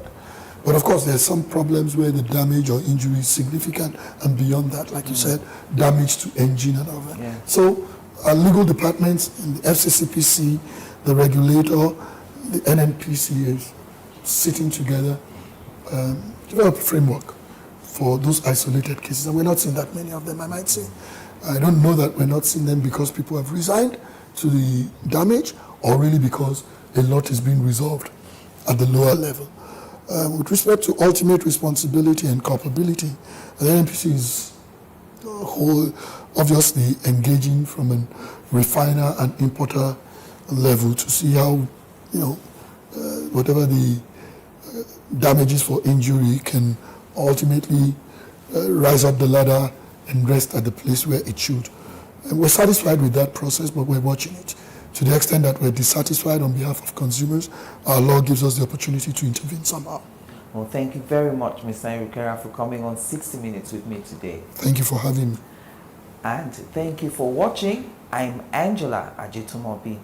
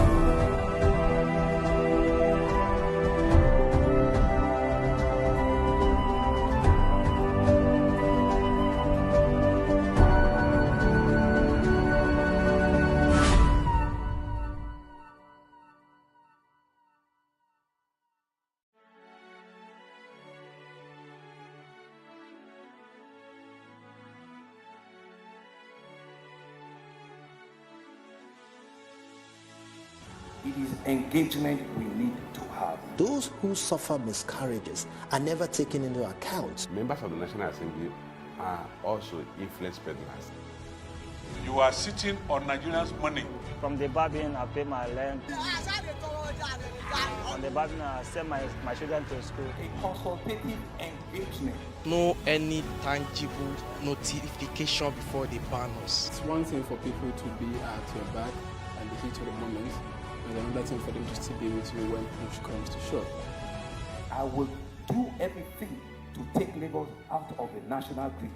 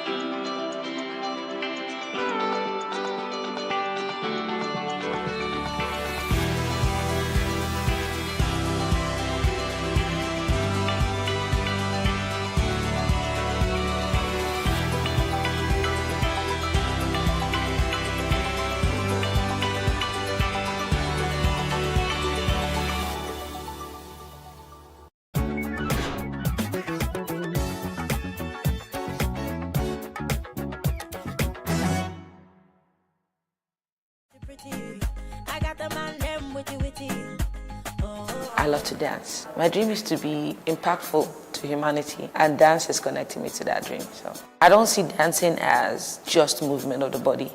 I see dancing as an amazingly powerful tool. Dance is the oldest form of communication. Before we are able to speak, we move first. Dance can speak to us, dance can nurture us, dance can empower us, dance can make us fit and healthy, dance can make us happy, dance can reduce stress level, depression rates, dance can stop you from even committing suicide, because it's an art form of expression. And when you get to express, you are able to live. When I look at dance, it's just a cloak I can wear to connect to humanity, to be a better person. Like some people ask me, so if you know the dance, what you want to do? I go do dance again. And I come from a family that only celebrates children because our mommy is lawyer. We are like stifled in that pressure of what our family dictates that success is. And for me, you don't do that to a cafe. Don't say I can't be great as a shoemaker. I will prove to you that shoemaker, and in fact, I'm going to make shoe for Queen of England. I read book well. I love book well. And I dey pass. So it's not a second class option for me. So being great at it doesn't mean I'm the best at it, but I'll do the best with what I have, with what I know. So there has been a lot of trial and error, but there was more of trials that worked than errors that didn't. And most of my errors were things that I used to kind of like educate myself on what not to do next. I dance and people are happy because I dance with you and you are happy. So if you don't understand that it's a product, it's different. If you don't understand that it can be a service, it's different. It's up to me to make you understand that this thing you need it to. Money should never be your motivation because it hinders aspiration. It does. I see money as something that I can control. I want you, I get you. Who you are can make you make you be anybody that you want to be. Every individual determines their own ceiling. Now, I hate it when some people use me as their ceiling. I want to be better than Kafi. That's why you are not getting to where Kafi is. If I can dance better than her, I am better than her. Our African system doesn't like to learn from one another. We feel learning from each other belittles us. If I go somewhere now to go and learn from a younger dancer, the way he will carry it for head, the way he will talk about me in a very dishonorable manner, is what to make somebody that knows so much not want to go and learn from a younger person. I always want to impact. I don't like to see the bad in people. I always want to see the good in you. And the good in you, for me, translates as what God put in you. That is not you.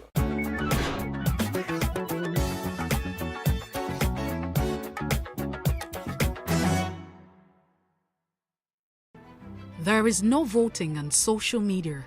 To vote, you would require a permanent voter's card. To get your PVC, visit cvr.inecnigeria.org.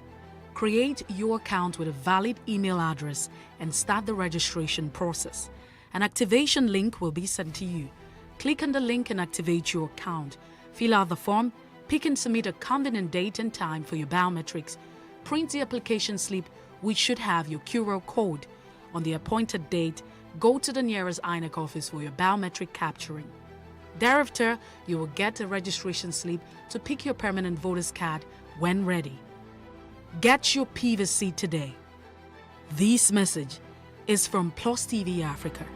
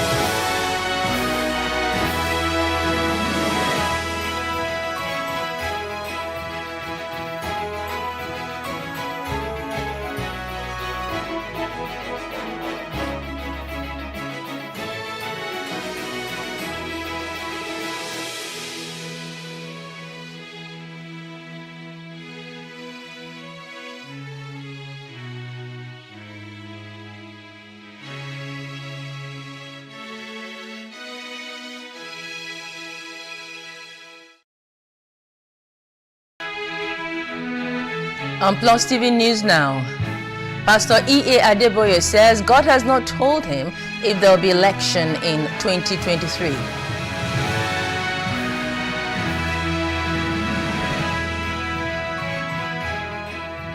Sudan Army Chief to hand over power only to elected government.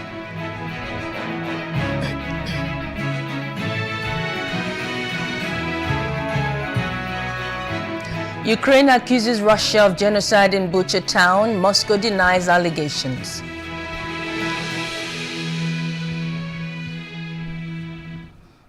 Good evening. I am Maureen Menong-Ezigwe, and this is News Now.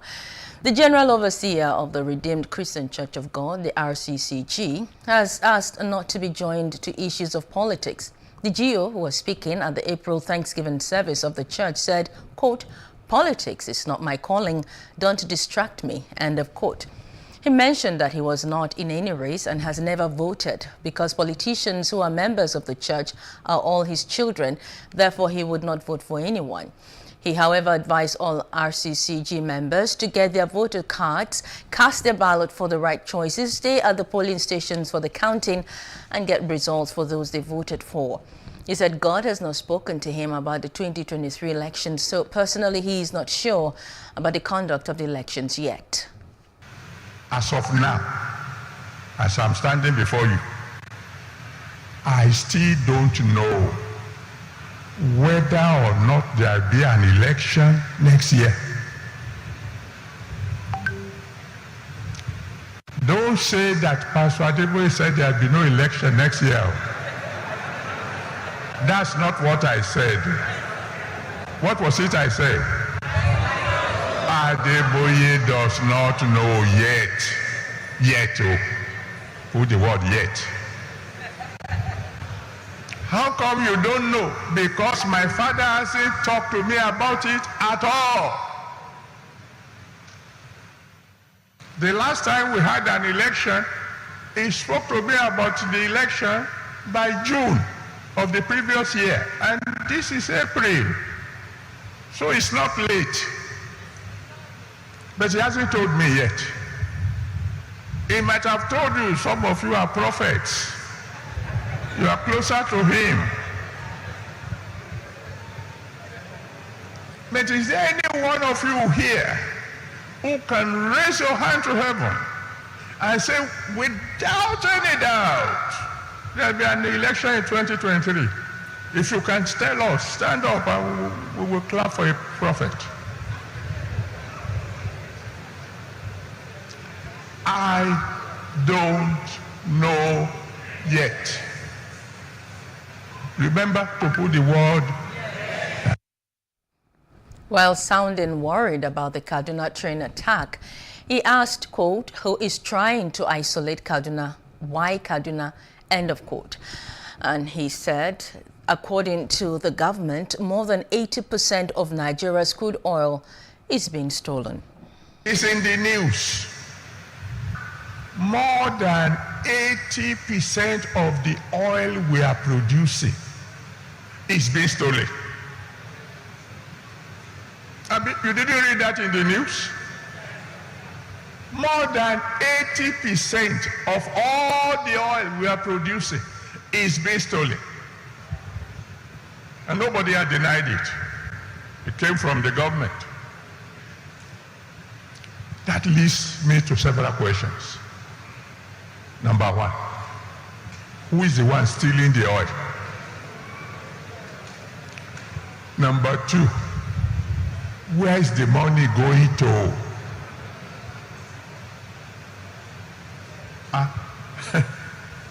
80% of what should have been the income of a nation is going to the hand of some people. That's a lot of money, man. What do they want to do with the money? That's question number 3. Question number 4. Who are the foreign nations buying this stolen oil? Question number 5. How many of these nations of the world are your friends? So you can see the reason why I'm not thinking of 2023. Maybe that's why God has not spoken to me about that, because there is a lot to deal with now. Well, we are now being joined by Olufemi Johnson, National Auditor, Campaign for Democracy, and the convener, Yoruba Stakeholders Summit Group. Good evening, Mr. Johnson. Good evening. Well, what do you make of this latest revelation by the man of God, Pastor Adeboye? He has ruled oil theft in the country, warning that Nigeria might go bankrupt if the trend is not checked. How do we stem this tide? Well, I think there is nothing that Baba Adeboye has said that is completely alien to the reality on the ground. But I think Baba only did our commendation that it could do what so many judges are not willing to do by coming to tell the conversation the reality of the ground. The reality on the ground is so visible enough to the blind and even audible to the deaf. And that is what Baba Adeboye has taken the opportunity of today's sermon to express. For a country where exchange rate between Naira and dollar has gone to as high as 580 Naira, for a country where in the Federal Capital Territory we have to queue to buy PMS, while we have to, wait for 11 hours before electricity is applied, while we can no longer travel at the time we so desire, it tells you that a lot of things are fundamentally wrong, and that is what Baba Adeboye has only voiced out. But rather than seeing this as a criticism of the performance of the Buhari administration, I would have expected that this is taken so seriously as important as the current administration could do. Because if senior citizens like Pastor Adeboye could be speaking at this time, then it means all is gone well and something has to be done urgently. Okay, while he also raised some concerns over the country's economic future, warning that Nigeria's debt to service revenue ratio might pose danger for decades. What are your thoughts on that? We cannot decide on this, very desperate and irrational policy, especially for a country that has survived the cost of borrowing. We have the Paris debt cancellation, return, and all sort of things. And in this same country, just a few years ago, we became the best economy, the biggest economy in Africa. So now I think have to survive on borrowing, not even to develop or fund infrastructure. It is getting to the point that this country now has to borrow to pay salaries. It tells you that it's a frightening dimension. And that is why I want to say again that statements like what has been made by Baba Adeboye today should not just be overlooked and cannot be taken for granted. Yeah, should not be overlooked and should not be taken for granted. When it was said a while back, I think it was this year, one of the questions on our lips, and he did ask some questions there, but one of the questions is, this is being revealed by the government. What is the government doing about this theft and the thieves? Yeah, I don't think the government is doing anything yet, but rather, every time you hear from the National Assembly, it's all about the approval or request for approval for more, borrowing. And those who ordinarily should have assisted the president in ensuring, that our economic policies, our monetary policies are put on the right track, are coverage, from the imminent threat are nowhere to be found. In actual fact, some of them have gone deeply involved in politics.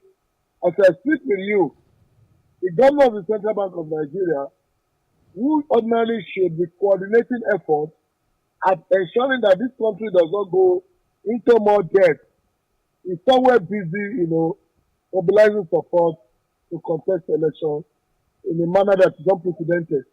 So I don't think there's anything that can be done in the immediate other than for Nigerians to demand that enough is enough of this borrowing. All right. He did raise some concerns, serious concerns about the possibility or otherwise of the 2023 elections taking place. And he has said repeatedly he doesn't know yet. But you can see that uncertainty in his words. Do you have same thoughts, same fears about the 2023 elections? No, I have what, even though I do not believe that that there will be election in this country in 2023 or any time or not, should be subjected to the revelations and prophecies of this prophet and the man. But I think the most important condition that can guarantee election in Nigeria is the security and welfare of Nigeria. If we cannot ensure the security of this country, we don't need a prophet to tell you that there will be no election. If elections were to be conducted today, I am not sure there is anybody that will have the audacity to go out and cast his or her vote in Kaduna State as it currently stands.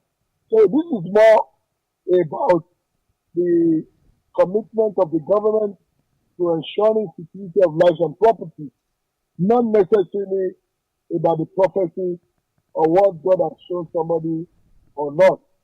So I think we should be more interested in what the government of Nigeria is doing to ensure that there is security of life and property to guarantee election in 2023. Well, thank you, Olufemi Johnson, National Auditor, Campaign for Democracy, and the convener, Yoruba Stakeholder Summit Group. Thank you for your time. It's my pleasure. Well, moving forward now, Open Square is a series of regional town hall meetings organized to discuss the role and the relationship between the legislators and their constituencies. This year's edition was taken to the southeastern part of Nigeria in Enugu State for the legislators and constituents to meet and forge a path forward. Plus TV News followed the conversation. Let me come to Senator Ekwefe for a minute. What role do you think the National A panel of legislators and their representatives from the southeastern part of Nigeria was set up to discuss the role of the legislators, how often they interact with their constituents, and the challenges they face on the job. The principal job of the legislature is the making of laws under Section 4 of the Constitution, whether at the State Assembly or the National Assembly, is to make laws, which is essentially to make law for the order and good governance of the country.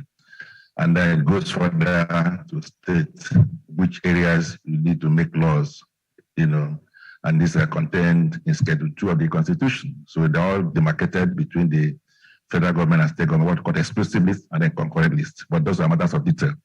Over time, there may have been misconceptions about the functions of the lawmakers. That narrative is about to change as the lawmakers shed light on their duties.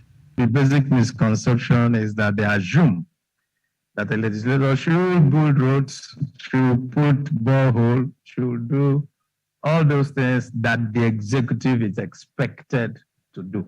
That is the fundamental misconception. Lawmakers, one of your most important duties constitutionally is not just oversight. It should be, please underline again, active and result-based oversight, which means monitoring and evaluating those laws that you make to see if they are actually being put in place. We have three arms of government. We have legislature, executive, and judiciary. While we make the laws, the executive, of course, implements the laws that we make, while the judiciary interprets the laws. Oftentimes, people complain they find it difficult to have access to their representatives at the national level. The lawmakers responded to this. For me, for ease of access, I have more than 20 staff in my zonal office. My office opens from 8 a.m. to 5 p.m. on daily basis. And in the National Assembly, of course, if you're expecting visitors, you write the names of the visitors and send to the gate for access to your own office in terms of inquiries or whatever information they want to get from you. Personally, from 2015, I've written to your office. I think that was the first time I wrote to your office. I never got the response. And that was based on the coal miners issue then that I was involved with. I've written to you, I think, close to 3 times. I never got the response. And then during the NSAS campaign, when we asked people to communicate with their representative, your number, I think it has, I think 0902 or 0802 or so. I don't have any of those such numbers. I don't have any phone number 0802 or 0902. My numbers are 070 340 33 340 33888. The other was 080 75 75 7000. I have no number whatsoever. I never had any number with 082 or 092. So after I was sending to the wrong number. So I'm not sure I received any data from you. And I'm sure half of the people here are from Enugu West. What then do you think maybe your office could be doing better with allowing access to it? I believe I have the easiest access for anybody. If I'm in Enugu, my doors are open. I'm in Enugu now, so if you come in there, you see the number of people at my gate. During the conversation, Senator Obinna Oba was asked if he considered projects beneficial to vulnerable people, including women, children, and people living with disabilities. He had this to say. I came here with a magazine, which I'm going to distribute. This is my magazine, and all the projects, both the scholarship, the number of people I've given scholarships, the number of people I have assisted to employ from my course is about 100 and something. Their names and phone numbers is here. The people I have empowered, both for training, they're all here. Both the people are empowered by the use of vehicles, call it motorcycles and what have you. They're all here with their names and phone numbers. I've called them, I've sent tests. Right up till now, I've just gotten response from Honorable Chimaroke Nnamani to all the senators and all the national rep members. None of them, just Senator Chimaroke and Toby Okechukwu, have gone as far as going to their constituency office, and some I went to their house to drop the letters. Up till now, I've not gotten the response. Without meetings like this, the gap between legislators and their constituents would likely improve, not just in the southeastern part of Nigeria, but at all regional levels of the country. At the end of the room there. Also in Owerri, The governor of Kogi State, Yahaya Bello, has officially joined the 2023 presidential race. Bello declared his presidential ambition on Saturday at Eagle Square, Abuja. Senator Jonathan Zwingina, Femi Fani Kayode, among other eminent Nigerians, including members of his party, the APC, witnessed the occasion. I am what I am today. I am grateful for the opportunities to serve my country, which I have been given so far. In spite of the difficulties we face today, the privilege of being in Nigeria is one I cherish so dearly. Dear friends and fellow patriots, I wish to declare my intention to run for President of the Federal Republic of Nigeria.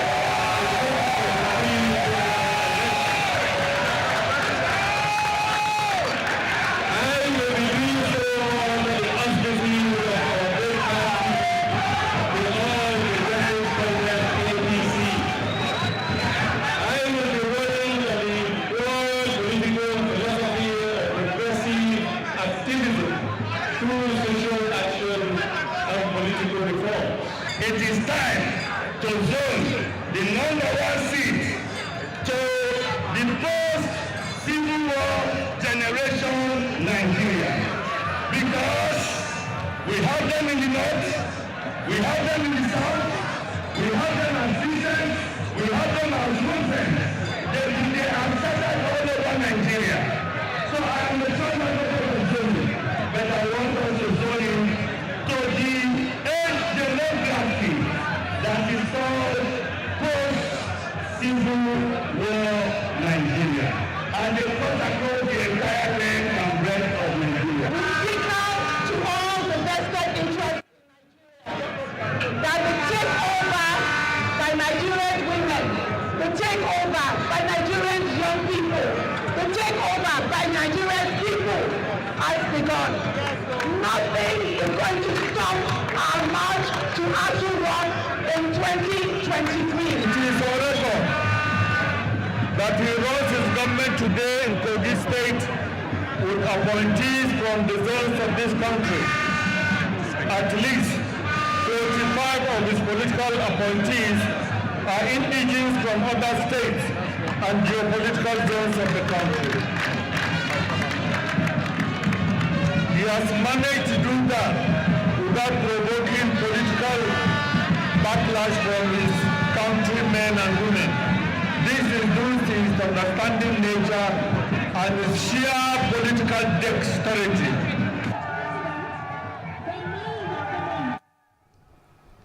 The chief whip of the Senate, Senator Orji Uzor Kalu, wants the National Working Committee of the All Progressive Congress, the APC, to reveal the party's zoning formula ahead of the 2023 primary elections. According to him, the revelation has become extremely important as it will help to direct aspirants on the right path to follow and in accordance with the demands of the party. Kalu said that he would only run for the office of the president if the party zoned the position to the southeast. The senator said the pattern used in conducting the last party convention was commendable and should be emulated in future contests. On the unity of the country, Kalu encouraged Nigerians to do away with tribalism and all factors that prevent the achievement of national unity in the country. Gunmen have killed 3 officials of the Federal Road Safety Commission (FRC) in Anambra State. The incident happened along Iboku Ezenifite Oga Road in Agwata local government area around 2:30 p.m. An eyewitness said the official vehicle was not touched. Anambra FRC spokesperson Margaret Enabe said the report was still sketchy for her to confirm the incident. And 10 persons have been killed and 19 others injured during the celebrations of the annual ritual festival called Zarachi in the Chando Zarachi area of Miango Chiefdom in Basa Local Government Council of Plateau State. Confirming the incident, the National Publicity Secretary of the Irugwe Youth Movement, Lawrence Zongo, said the attackers invaded the venue of the annual festival, which is to commemorate the commencement of the rainy season farming in Irugwe land, and wreaked havoc. According to him, they shot sporadically into the celebrating crowd, leading to the death of 10 persons, while 19 others sustained gunshot wounds and machete cuts. Many of those who are survived are receiving treatment at the hospital in Miango. The leadership of the Irugwe Youth Movement enjoined security agencies to ensure that the perpetrators of the heinous act are apprehended and persecuted accordingly. At least 13 persons have been killed by armed bandits in attacks on different communities in Anka local government area of Zamfara State. The affected communities are Kadadaba, Rafingeru and Babanrai, all in Anka local government areas of the state. Police spokesperson in the state, Muhammadu Shehu, confirmed the separate attacks on the villages. 21 passengers are still unaccounted for following the attack on an Abuja-Kaduna bound train about a week ago. This is according to a statement issued by the managing director of the Nigeria Railway Corporation, Fidel Ohiria. He said that 7 coaches have been recovered, while the corporation had intensified efforts towards restoration of the services. Ohiria said that the corporation, in collaboration with security agencies, would leave no stone unturned in its efforts at rescuing the missing persons. The Inspector General of Police, Usman Al-Khali Baba, on Saturday patrolled the Abuja-Kaduna highway and deployed more troops to the area to boost security. This followed Monday's train attack by terrorists, which killed 8 passengers, injured 26, and led to abductions. Speaking during an assessment tour of the security situation on the Abuja-Kaduna highway, the IGP said adequate arrangement has been made to secure the roads. By coming out to check the deployment we made with to ensure that the road is safe.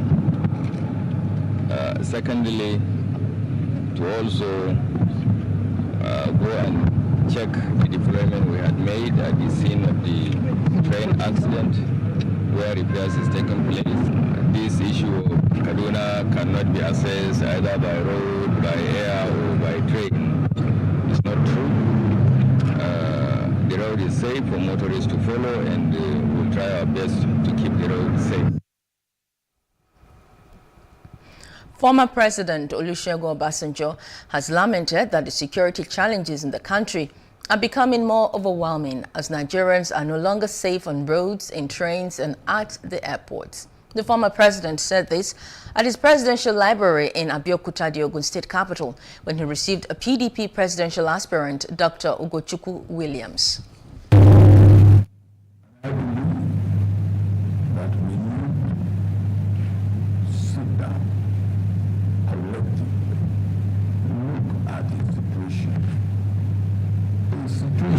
Where the train, we are not safe on the road, we are not safe in the train, we are not safe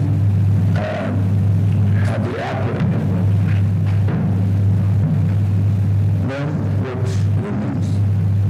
And that is a very, very serious situation. No less than 9.5 million tablets of pharmaceutical opioids, tramadol and XO5 worth over 5 billion naira have been seized at the Lagos Airport, Abuja and Edo State by operatives of the National Drug Law Enforcement Agency, the NDLEA, and the Nigerian Customs Service. Of the figure, 214 cartons of tramadol, 225 under 10 different brand names with an estimated street value of 4.6 million naira were transferred on 29th of March alongside 85 cartons of dried cat leaves by the Nigerian Customs to the Lagos Airport Command of the NDLEA as a symbol of the synergy between the two law enforcement agencies. In Abuja, an NDLEA statement said about 228,740 tablets and capsules of tramadol and Exol 5 were intercepted on Friday at the Abuja area of the FCT. The agency's spokesman, Femi Babafemi, said the truck conveying the drugs was loaded in Lagos heading to Kano. Though the truck driver escaped into the bush during the search of the vehicle, two of his assistants, Usman Abdulmumuni and Aminu Ahmad, were arrested. At the Port Harcourt International Airport, a Brazilian returnee, Nana Anayo Michael, was arrested during the inward screening of passengers on board Qatar Airline from Doha to Port Harcourt on 29th of March. Nana was arrested with 73 sachets weighing 8.15 kilograms of cocaine, which is the largest seizure of such at the airport since it began international flight operations years ago. Fire has razed a popular plank market at Odero in Ogba area of Lagos. Authorities are not sure the cause of the fire incident, which started around 3 a.m. The Lagos State Fire and Rescue Service has now extinguished the fire. But interestingly, reconstruction work has started at the site. Disruptive technology is an innovative tool for advancement. It enables humans of all races, ages, creeds, or religions to do things differently and in a superior way. This was the submission of Lagos State Governor Babajide Sanwo-Olu while speaking with newsmen shortly after the unveiling of a new news platform in Lagos. Plus TV correspondent Love Ikuku was there and now reports. Technology for centuries has excited human imaginations. It has also prompted fears about its effects. It has continued to provoke a broad spectrum of hopes and fears. Lagos State Governor Babajide Sanwo-Olu, represented by his executive assistant on public relations, Olusegun Fafore, at the event says disruptive technology is the way to go.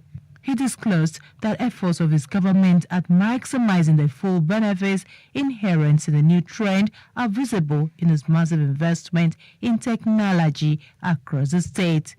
It's a major focus area, right? And the state, the governor is committed to that. You see fiber optics being laid across the state for internet to be connected to hospitals and schools, because the pathway to technology, to activation of the full benefit of technology is when you have access to the internet. It connects you to the other parts of the world. You'll be able to interact and draw ideas from the different parts of the globe. So Mr. Governor is committed to technological advancement, is somebody who is passionate about innovation and is making huge investments in that area. And you will know, across, look, you go to Yaba, you have some hubs, all these innovation hubs, where you find people learning coding and doing all sorts of things in the area of technology. The initiative of Mr. Governor, and he's doing everything best possible to drive all that. Themed technology as enabler for living and winning in a disruptive world, public relations practitioners stress the need to go beyond the creative industries and get into massive communications that are disruptive and memorable.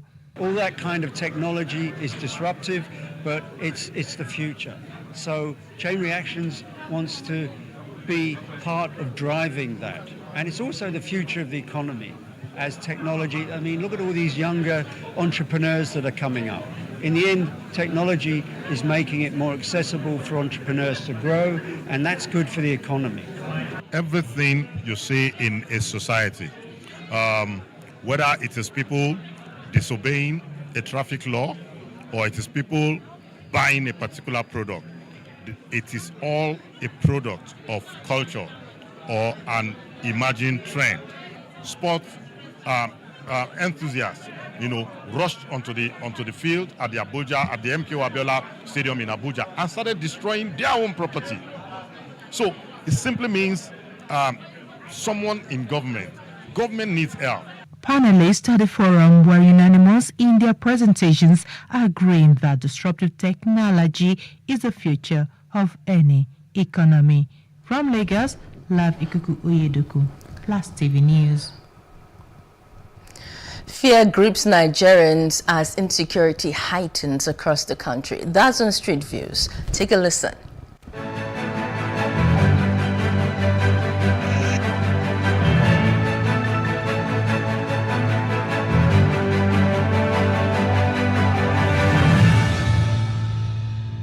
We're concerned. We've seen constant attacks here and there from Abuja, Kaduna, and even Bauchi, Maiduguri, and it's extending even beyond the northern part of Nigeria. So yes, we are concerned.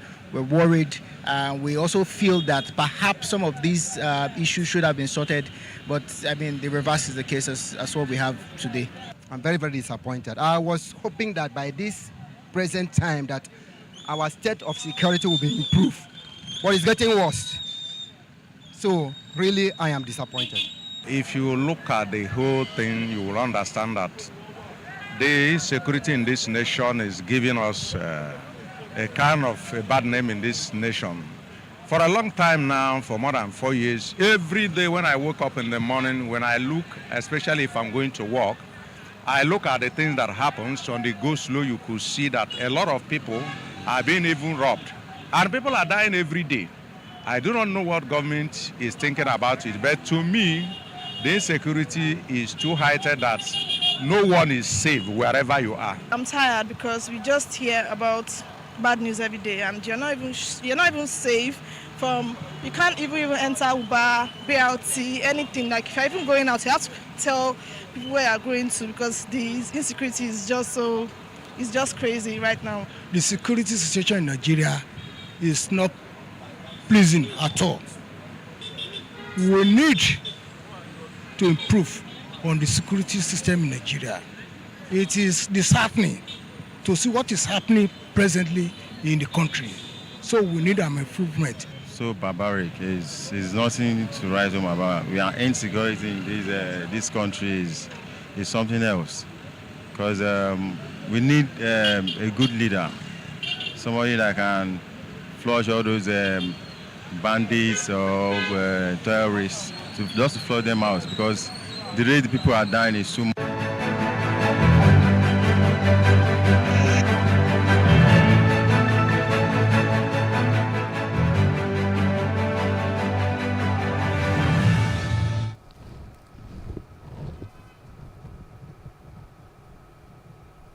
Still ahead, South Sudan rivals agreed to key military provision of peace pact. Details when we return.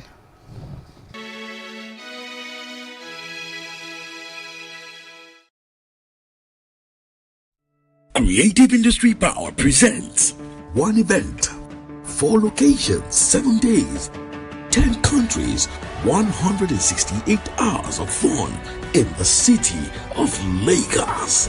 It's the Creative Industry Festival, C-Fest, from the 1st of May to the 7th of May, 2022. Get ready to rock and be rocked the creative way. For more details, visit www.festival.creativeindustrygroup.ng.com. For advert bookings and exhibition stands, call 0913-569-9010. Maximum security guaranteed. C-Fest 2022, powered by Creative Industry Power.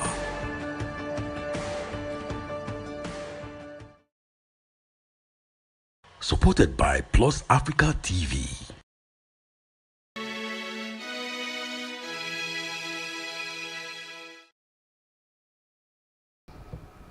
Welcome back. You're still watching Plus TV News Now. And moving on to other stories, Sudan's Army Chief General Abdel Fattah al-Burhan says the military will only hand over power to an elected government. Al-Burhan says the armed forces are united and not afraid of any party. He says the army will continue to serve the country and maintain its security and stability. The head of the ruling Sovereign Council is facing criticism from Sudanese politicians who accuse the general of weakening the army to serve tribal militias and the rapid support forces under his deputy Mohammed Hamdan Dagalo. Sudan has been in turmoil since October 25, 2021, when the military dismissed Prime Minister Abdallah Hamdok's transitional government and declared a state of emergency in a move decried by political groups as a military coup. South Sudan's leaders have agreed to create a unified armed forces command as tensions between the two have recently mounted. In a major breakthrough, South Sudan's rival leaders sealed an agreement on a key military provision of their faltering peace deal following mediation by neighboring Sudan. President Salva Kiir and his rival Vice President Riek Machar agreed on the creation of a unified armed forces command, one of several crucial unresolved issues holding up implementation of the 2018 deal to end the country's bloody 5-year civil war. Tensions between forces loyal to Kiir and former rebel leader Machar have spiraled recently, triggering fears in the international community of a return to full-blown conflict in the world's youngest nation. The decision by the United Nations Human Rights Council to renew its investigative mandate on South Sudan is sending a powerful message to the country's leaders that accountability remains essential to the transition process. This is according to a senior Human Rights Watch official, John Fisher.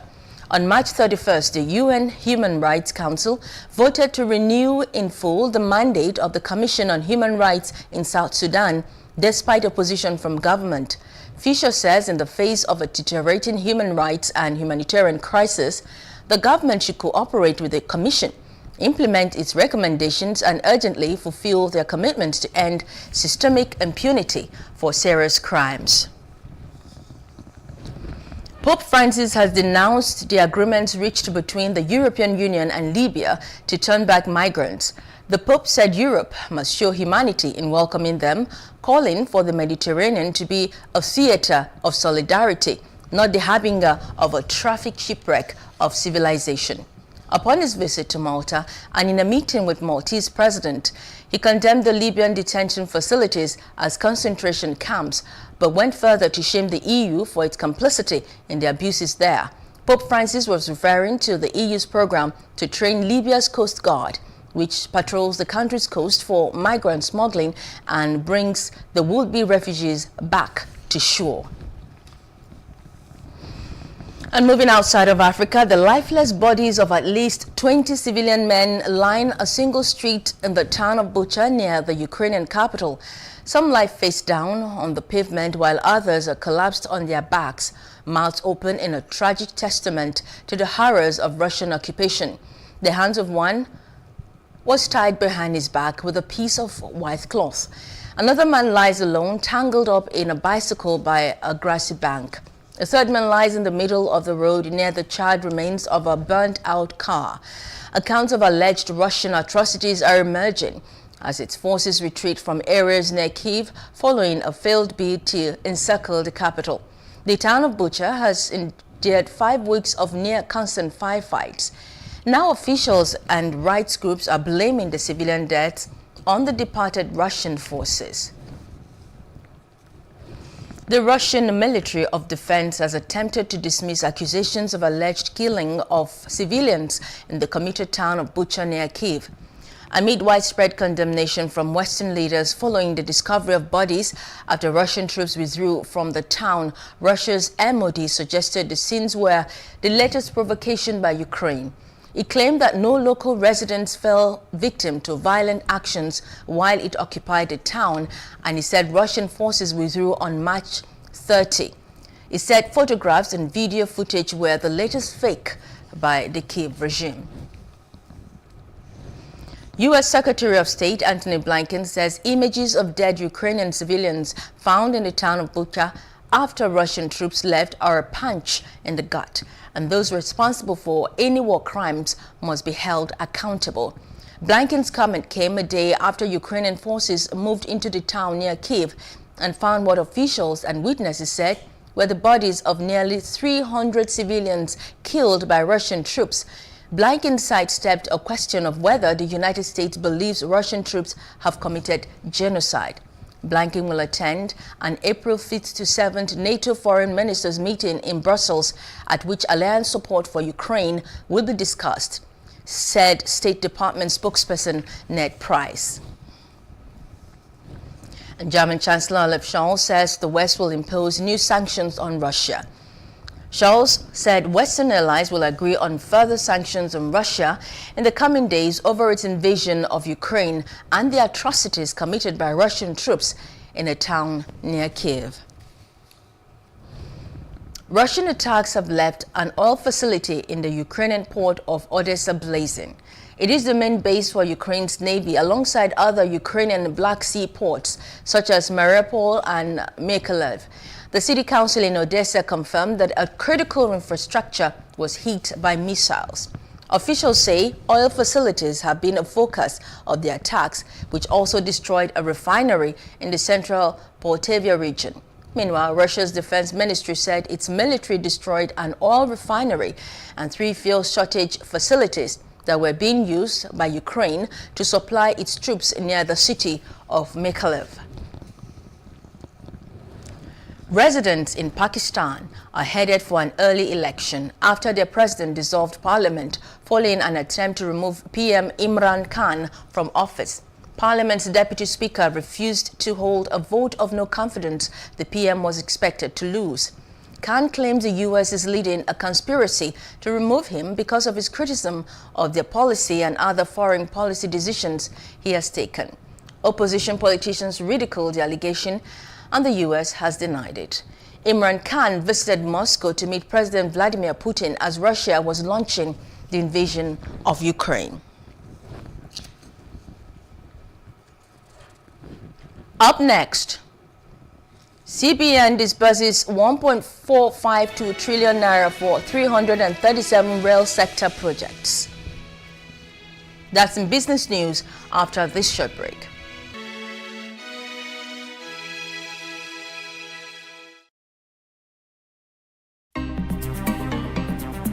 Life can be fun and rewarding, but it also comes with some risk.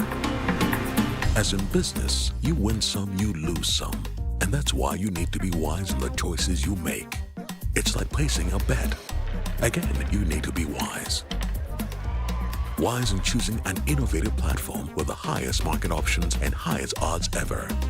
That's why Winners Golden Bet, the leader in online, in-shop, virtual, and live sports betting, gives you enhanced platforms that offer you the best chances of winning. For betting on live soccer matches, live dog races, and virtual games. Winners Golden Bet is your best bet. Instant payment on winnings guaranteed. Play online or in any of our numerous shops nearest to you. Hey guys, be wise. Play on Winners Golden Bet.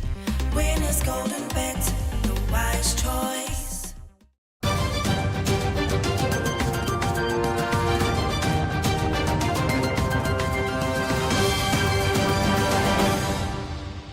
And in business news, the Central Bank of Nigeria says it has disbursed 1.452 trillion naira to 337 large real sector projects in agriculture, manufacturing, services and mining under the rail sector support facility as part of efforts to diversify the nation's economic base. The CBN Director, Corporate Communication Department, Ositan Wasiobi, said these are the ongoing 33rd Enugu International Trade Fair. Wasiobi noted that 948 billion naira was disbursed to 4,478,381 smallholders farmers under the Anchor Borrowers Program. Wasiobi stated that the program was yielding the desired objective as beneficiaries of the farmers cultivated 5.2 million hectares of farmland, creating 12.6 million direct and indirect jobs across the country. Railing out their other interventions the Apex Bank had to take to review the economic and create access to credit. He said the CBN had extended the interest rate of 5% across all its intervention loans to March 2023.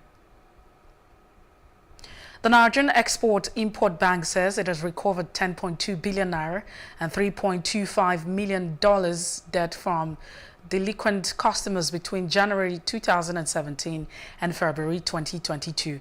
and it has put up for sale assets of loan defaulters worth 7 billion naira.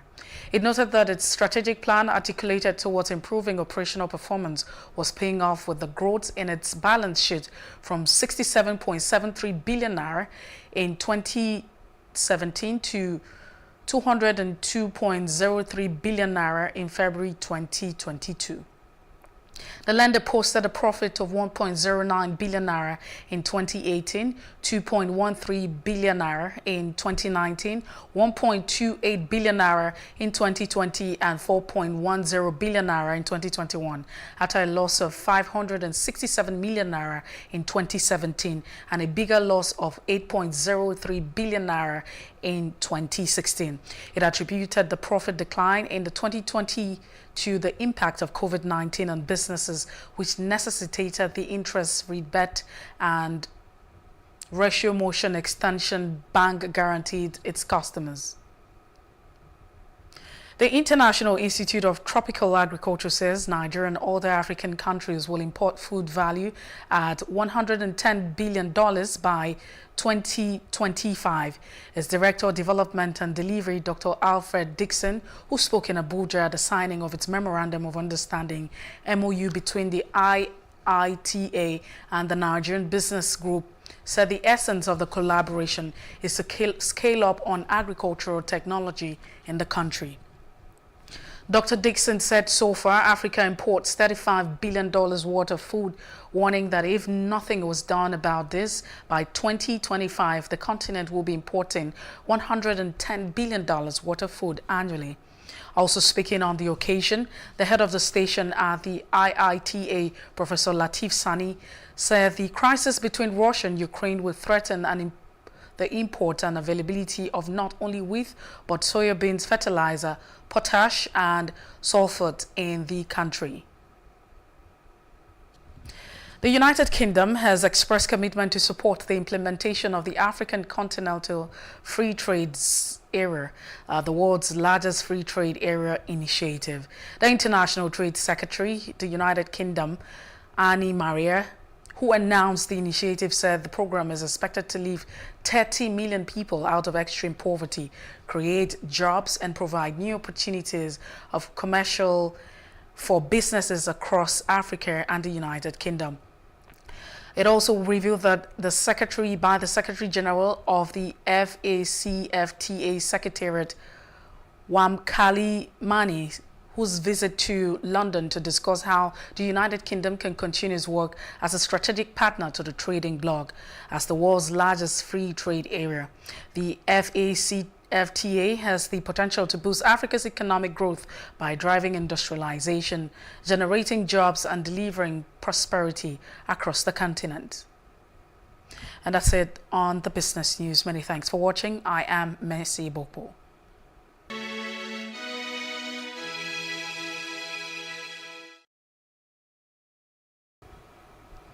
And up next is entertainment news. Nigerian legendary juju musician turned gospel singer Ebenezer Obey has clocked 80. According to him, his greatest dream was to impact more lives, especially Nigerian youth. In a congratulatory message, President Muhammadu Buhari said Obey has used his art and skills to fly Nigeria's flag round the world. Governor Sanwo-Olu also joined in congratulating the legend, whom he described Chief Commander. Ebenezer Obey Fabiyi as an apostle of God. He is using music as a means of evangelism. Ebenezer Obey began his musical career in the mid-1950s after moving to Lagos, and after Tutelaja under Fatty Rolling Dollars Band. He formed a band called the International Brothers in 1964, playing high-life juju fusion. Actor Will Smith's film Fast and Loose have been put on hold by Netflix after he slapped comedian Chris Rock at Oscars 2022 a few days ago. The film had already lost its intended director prior to Smith slapping comedian and presenter Chris Rock at the ceremony, further complicating the film's part of being shot.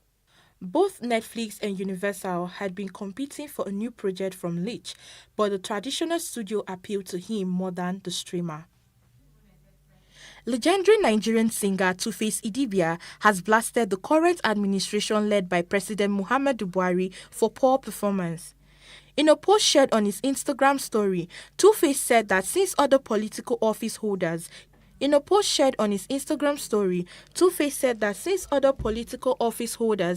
Buhari is solely responsible for the whole problem in Nigeria, everyone in public office should resign from the governor to the local government chairman. Two-Face said it is necessary they resign since they do not have anything to contribute to the country's growth because the current administration's shamelessness is beyond comprehension. Estelle Harris, who memorably played George's mother, Estelle Cotenza, on Seinfeld and also was the indelible voice of Miss Potato Head in the Toy Story franchise, is dead. Her representative, Michael Eschen-Stadard, said that she died of natural cause at the age of 93.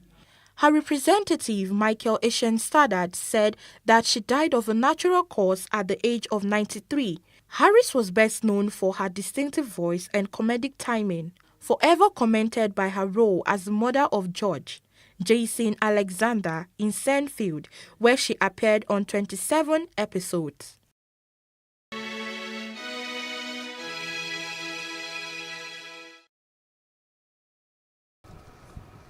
And up next is sports news.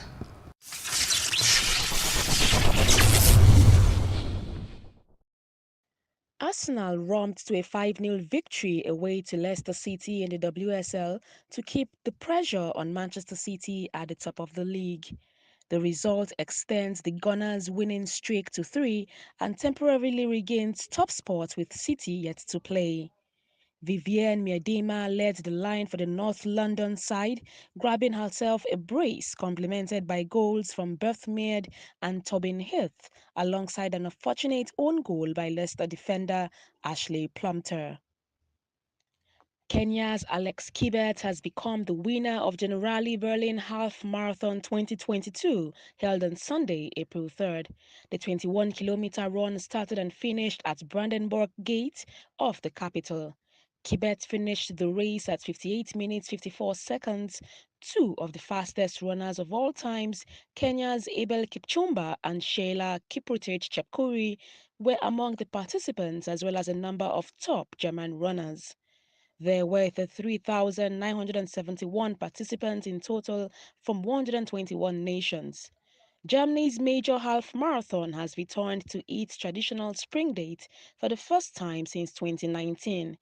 The race was also not held last year in April due to coronavirus pandemic. And over the last 25 seasons, the Golden State Warriors were 0-4-3-2 when trailing by 16 points in the last 8 minutes of regulation. They are now 1-4-3-2. That's because they mounted a stunning comeback against Utah Jazz to prevail 111-107 at the Chase Center on Saturday. The Jazz looked set for just their second win in 7 games when leading 103-87 with just under 8 minutes left. They didn't score another point until there was 2 minutes left. In that time, the Warriors caught fire with Klay Thompson draining 4 three-pointers as part of his game-high 36-point haul to help them take a 105-103 lead. Jordan Poole also shone for the hosts, registering 31 points as the Jazz could only look on shell-shocked. That stunning sequence saw the Warriors end a 4-game losing streak to remain in 3rd place in the Western Conference, the Jazz staying 5th.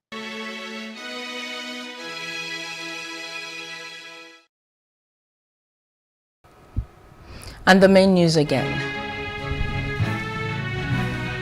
Pastor Adeboye says God has not told him there will be election in 2023.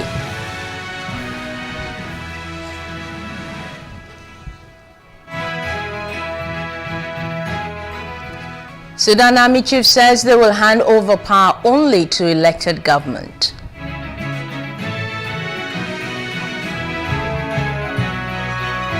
And Ukraine has accused Russia of genocide in Bucha town. Moscow denies allegations.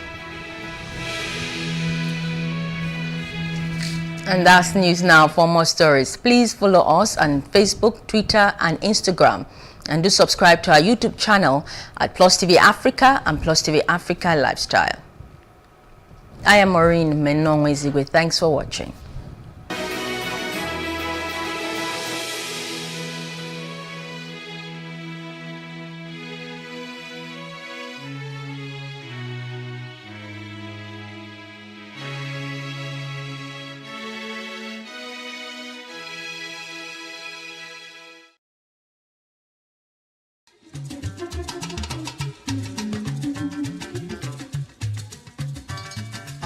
Birthday to you on this occasion of yours. Happy birthday to you. Many happy returns. Happy birthday to you.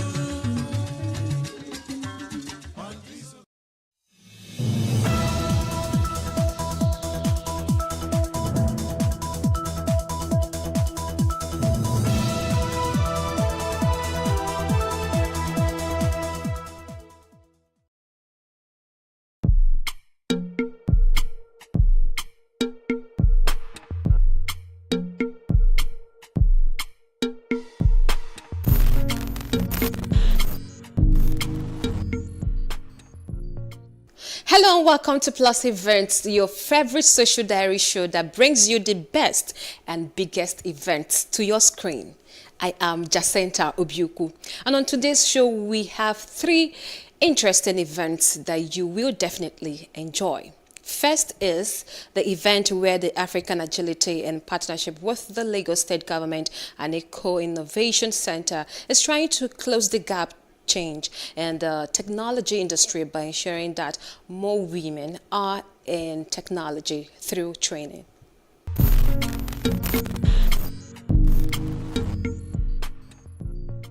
Women are an ever-growing part of the technology landscape, but inequality in pay and opportunities persists. There are many systematic problems that need to be addressed for women to achieve great quality in technology. Deloitte Global predicts that large global technology firms on average will reach nearly 33% overall female representation in their workforces in 2022, up slightly more than 2 percentage points from 2019. The Girls in Tech program is organized to bridge the gender gap between men and women in the tech industry by developing more girls with agility, machine learning, data science, and web development. In 3 weeks, the girls have been able to work together and develop projects that use tech to solve life issues. Another election is around the corner, and it will interest you to know that we do not have sufficient information about our candidates and aspirants. Our team has developed a solution to this.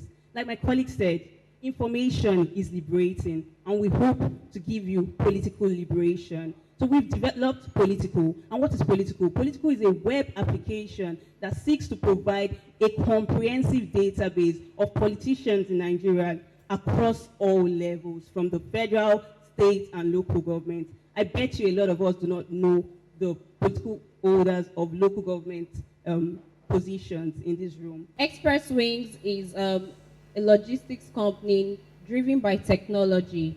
Our objective is to provide unparalleled means of supporting our clients and also becoming an extension of our client's business. This way, that even if our client's objective is to provide excellent services, Express Wing will also extend that hand with their deliveries. You might be wondering, how are we different from the normal and from other companies that operate logistically? Express Wing, we have several competitive advantages. Number 1, our rates are fair, and we also have a live track and trace solution. That way, you easily go to our website and input your tracking ID to enable you to see real-time data and real-time status of your package. You don't have to call the rider every time. Where are you? Where? You don't have to make up lies. You simply put in your tracking ID and you're able to check. A panel of judges at the event rated the project performances of the girls. So put your hands together for Connect 10. Come on.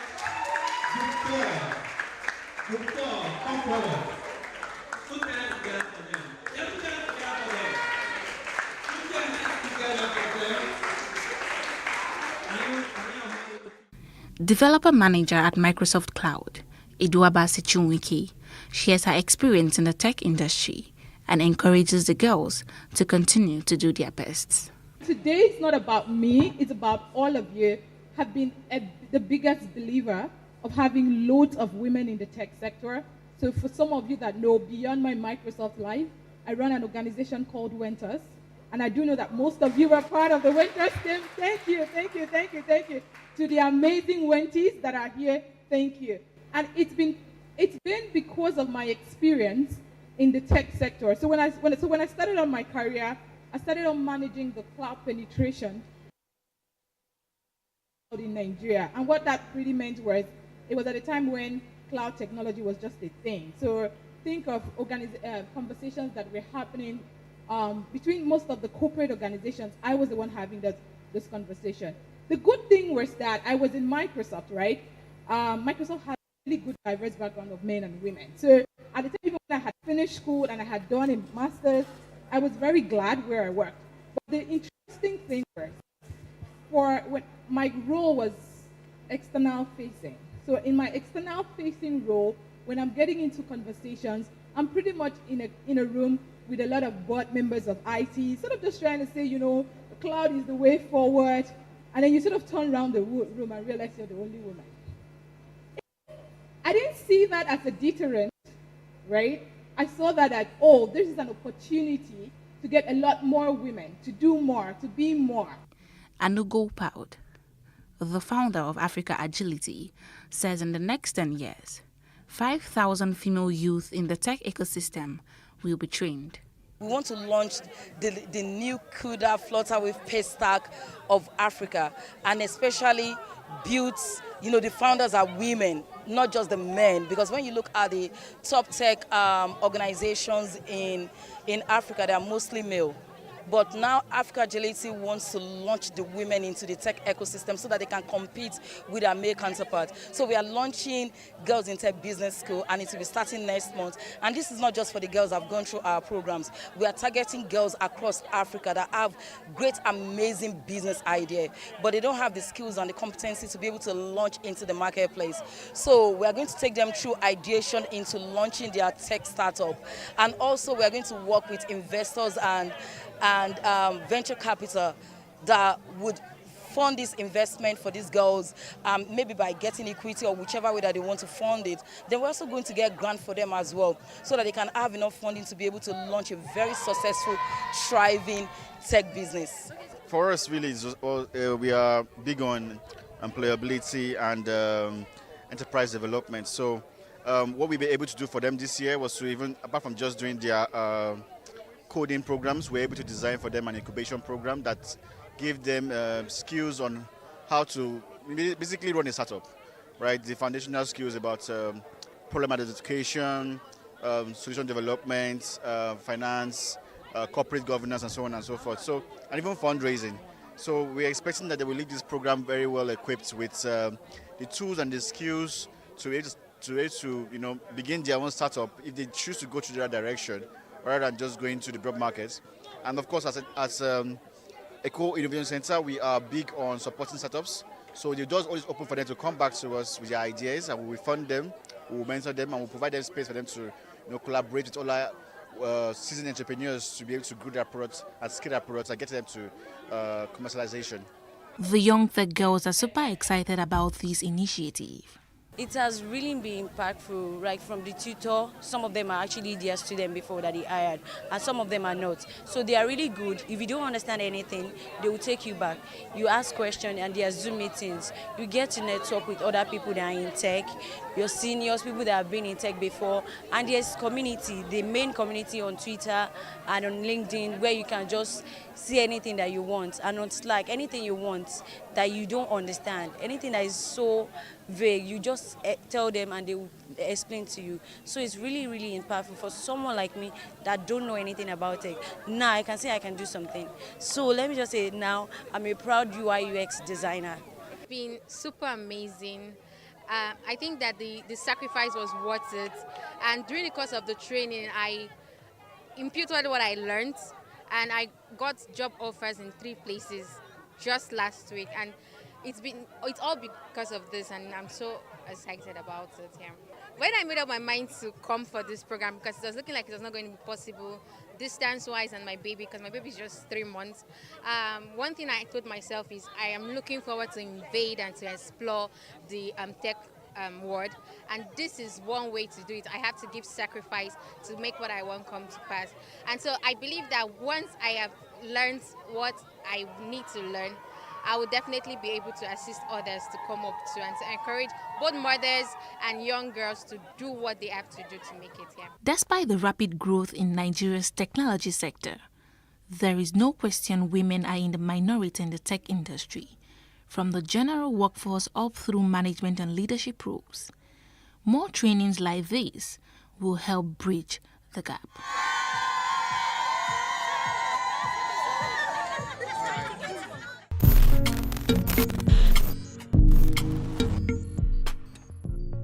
This next interesting event is a wedding ceremony between Happiness and Ajasa.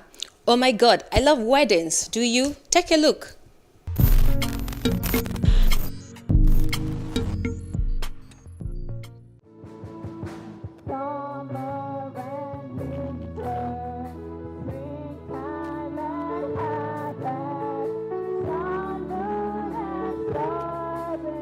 On Saturday, the 5th of March, Happiness and Sano Avi Ajasa got married in the presence of their family and friends in Lagos.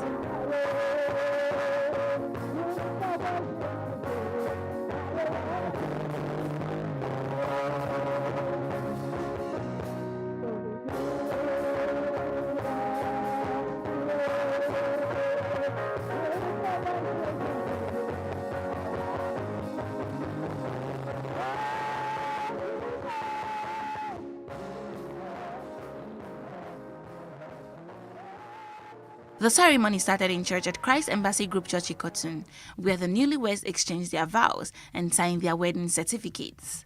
I do wed. I do wed. I give it as a token of my love. And give it as a token of my love. And my faith.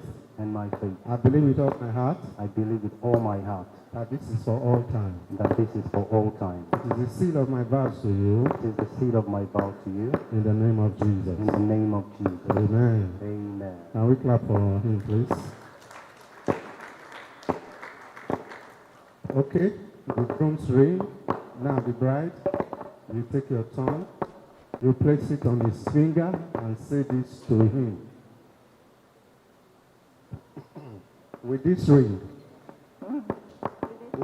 with this ring, I do wed. I do wed. I give it as a token of my love. I give it as a token of my love. And my faith.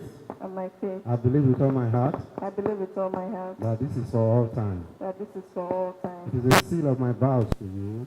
It is the seal of my vows to you. In the name of Jesus. In the name of Jesus.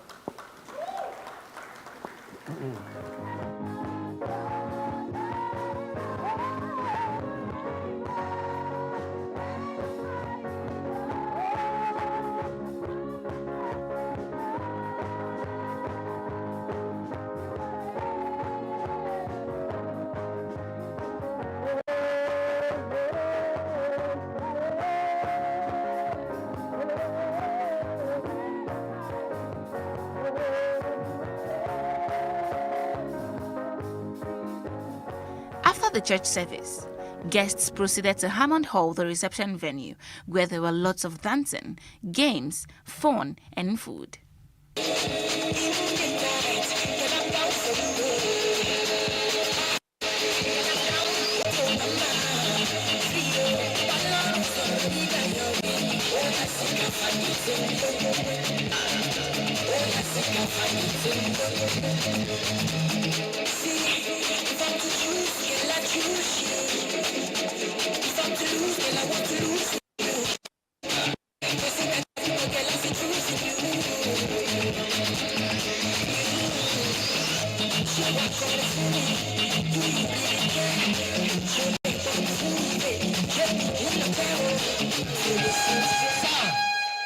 If it may interest you to know, I am here again. I see the house rent. Now yesterday it's due. It's due again. And my spirit they tell me say I go meet you for this wedding. DJ, I better play 1 billion for Mr. Lekon. You know what he's doing for me. If you don't do this, Mrs. Happiness will not go and sit down. He know how to celebrate me. This man is a great man. DJ, play. Oh, I will sit on the floor. I must sit on the floor. Some colleagues of the groom also had beautiful words for them. We're just guests at this reception. And the two of you are the reason why we are here. However, you have been able to do it, to be together, to the extent of deciding to spend the rest of your life together. Don't stop doing those things. I was there when the whole thing was done. So as it is now, the two of them have become one, both from village, from federal government, and from the court of heaven. So I know that my daughter is asking for what her faith can carry. She's actually a very nice person, fun to be with, and she's the kind of person that she easily attracts friends. You can't be around her and you're not happy. And that's why you can see a lot of people come around today to actually celebrate her, because her kind of person is open. And if she's around you, she gives 100% support in anything. My advice for them is just to keep walking in the fear of God and keep the love that they have for God in flame, because any man that loves God can actually do anything. Because you must first of all love God to be able to love somebody. So I just advise them to continue in the fear of God. Congratulations to Happiness and Senua V. Ajasa.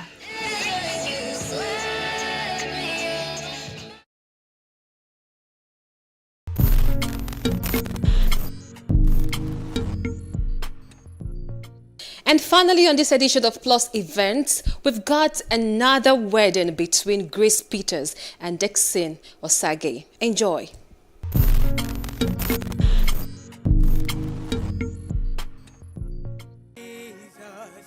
Just you trust His cleansing blood and instead faith to plunge me. The lovely bride walks in with her father. It's another page in the book of her life.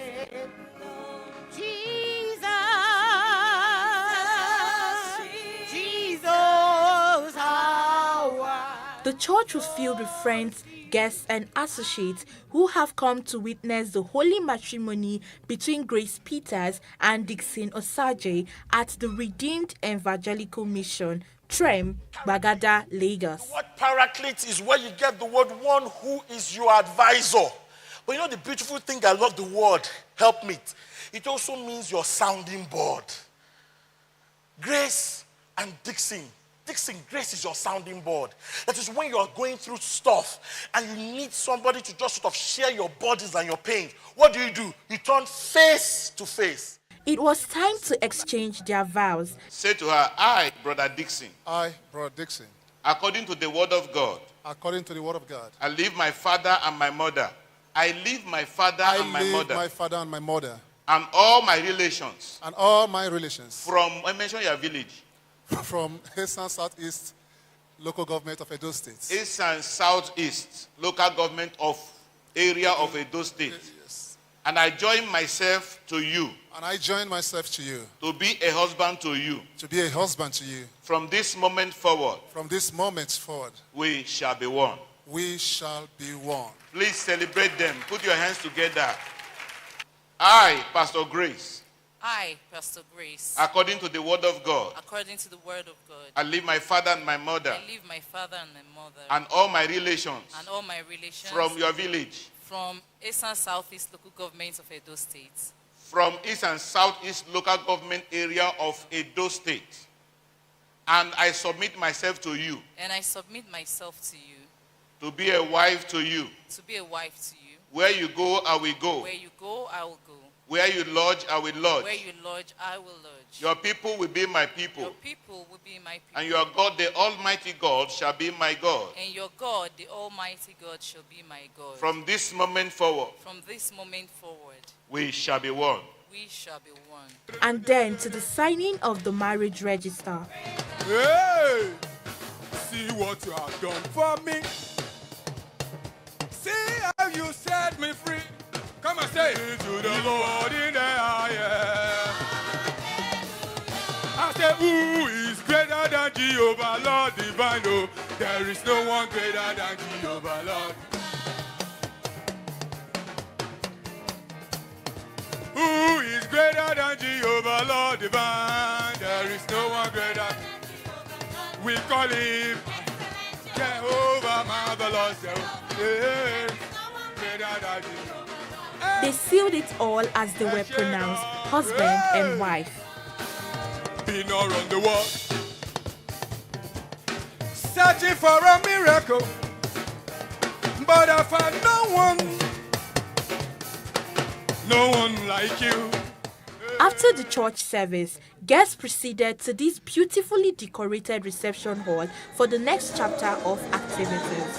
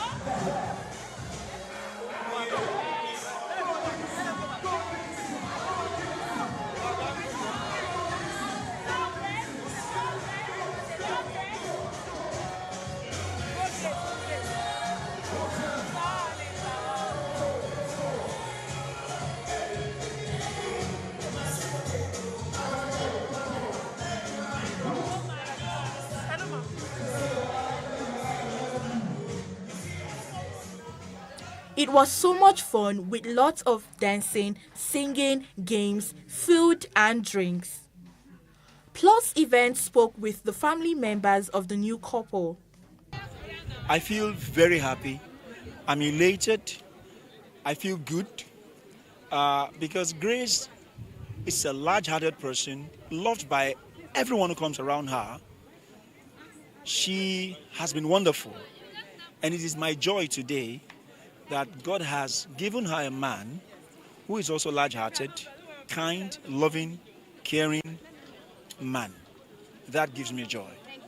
I feel fulfilled because I long for it, even late to marry.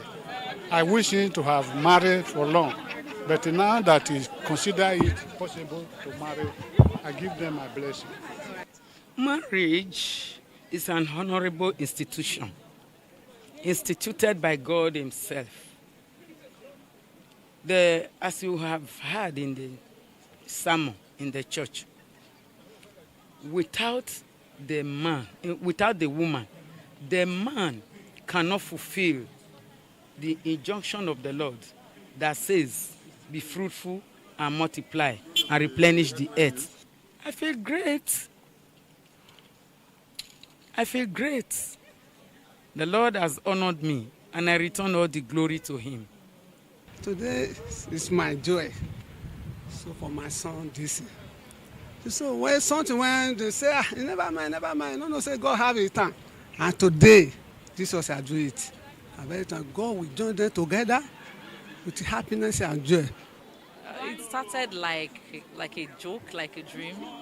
I think somebody introduced him to me. We didn't click at first. It took a year.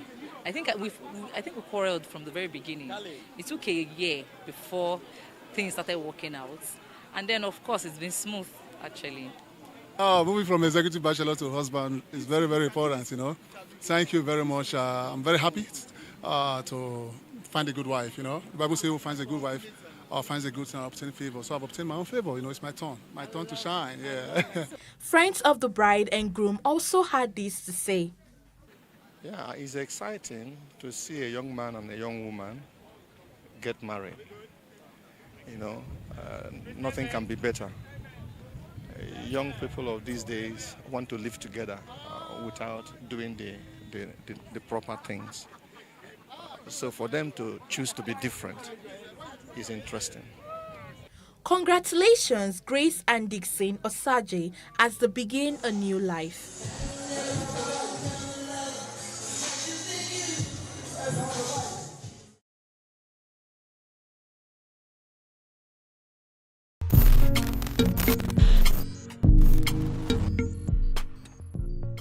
Well, that's a wrap for today. I hope you enjoyed the event on this episode of Plus Events. Remember, if you want to showcase your events to the world, Plus Events is the place for you. Subscribe to our YouTube channel at PlusTvAfrica Lifestyle. I am Jacinta Ubiuku.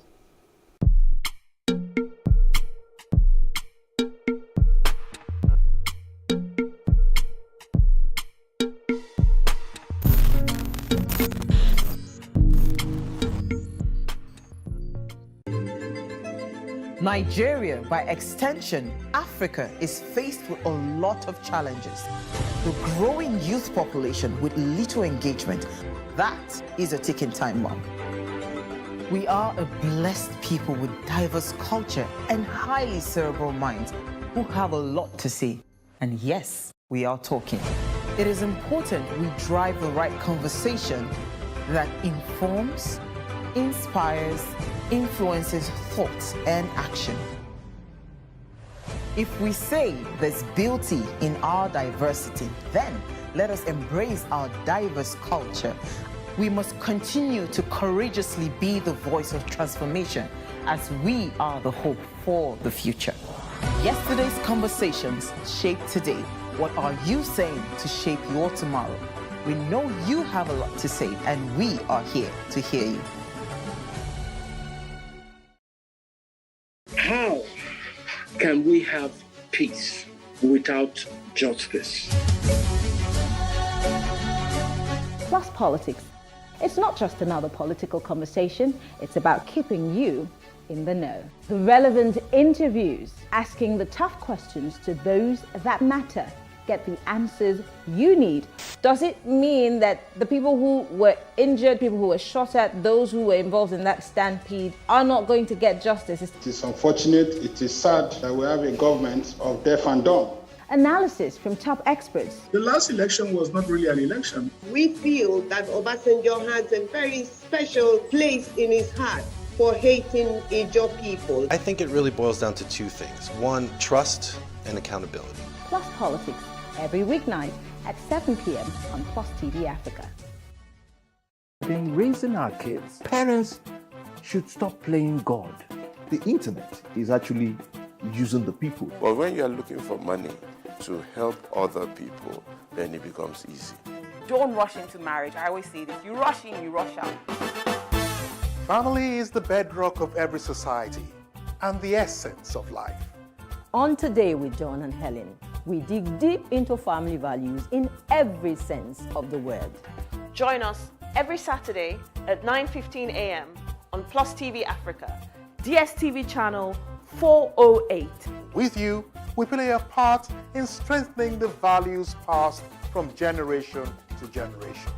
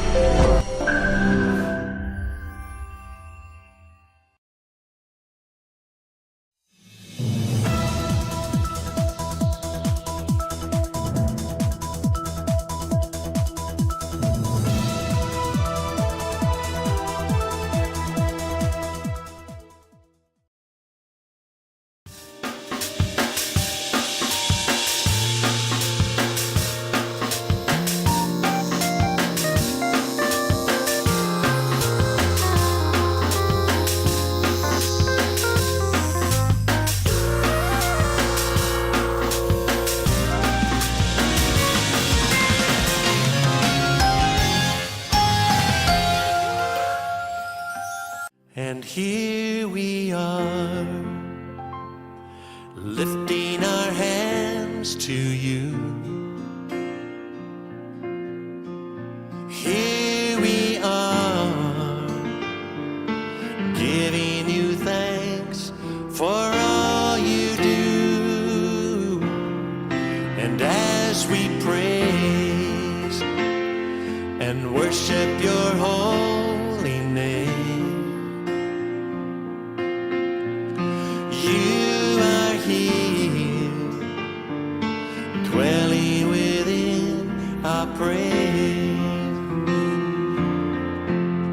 For every answered prayer, For every answered prayer, for always being there, oh Lord, you're always there. for love that hears us when we call, for arms that lift us when we fall. You have always been right beside us, leading us all along the way. And we've made it through. We've made it through Because of you. And here we are, lifting our hands to you. Oh, we worship you, Lord. Here we are, giving you thanks for all you do. And as we praise and worship your holy name, you are here. You are here, dwelling within our praise. Oh, yes, you are. You are here, dwelling within our praise. Yes, you are here, dwelling within our praise. Oh, yes, you are.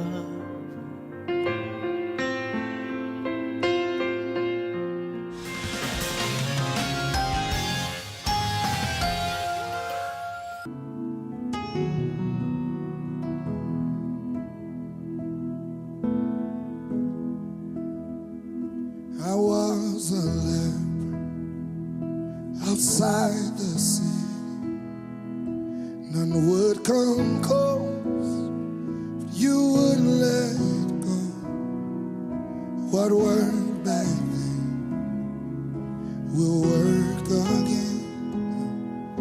I know the blood is still the blood.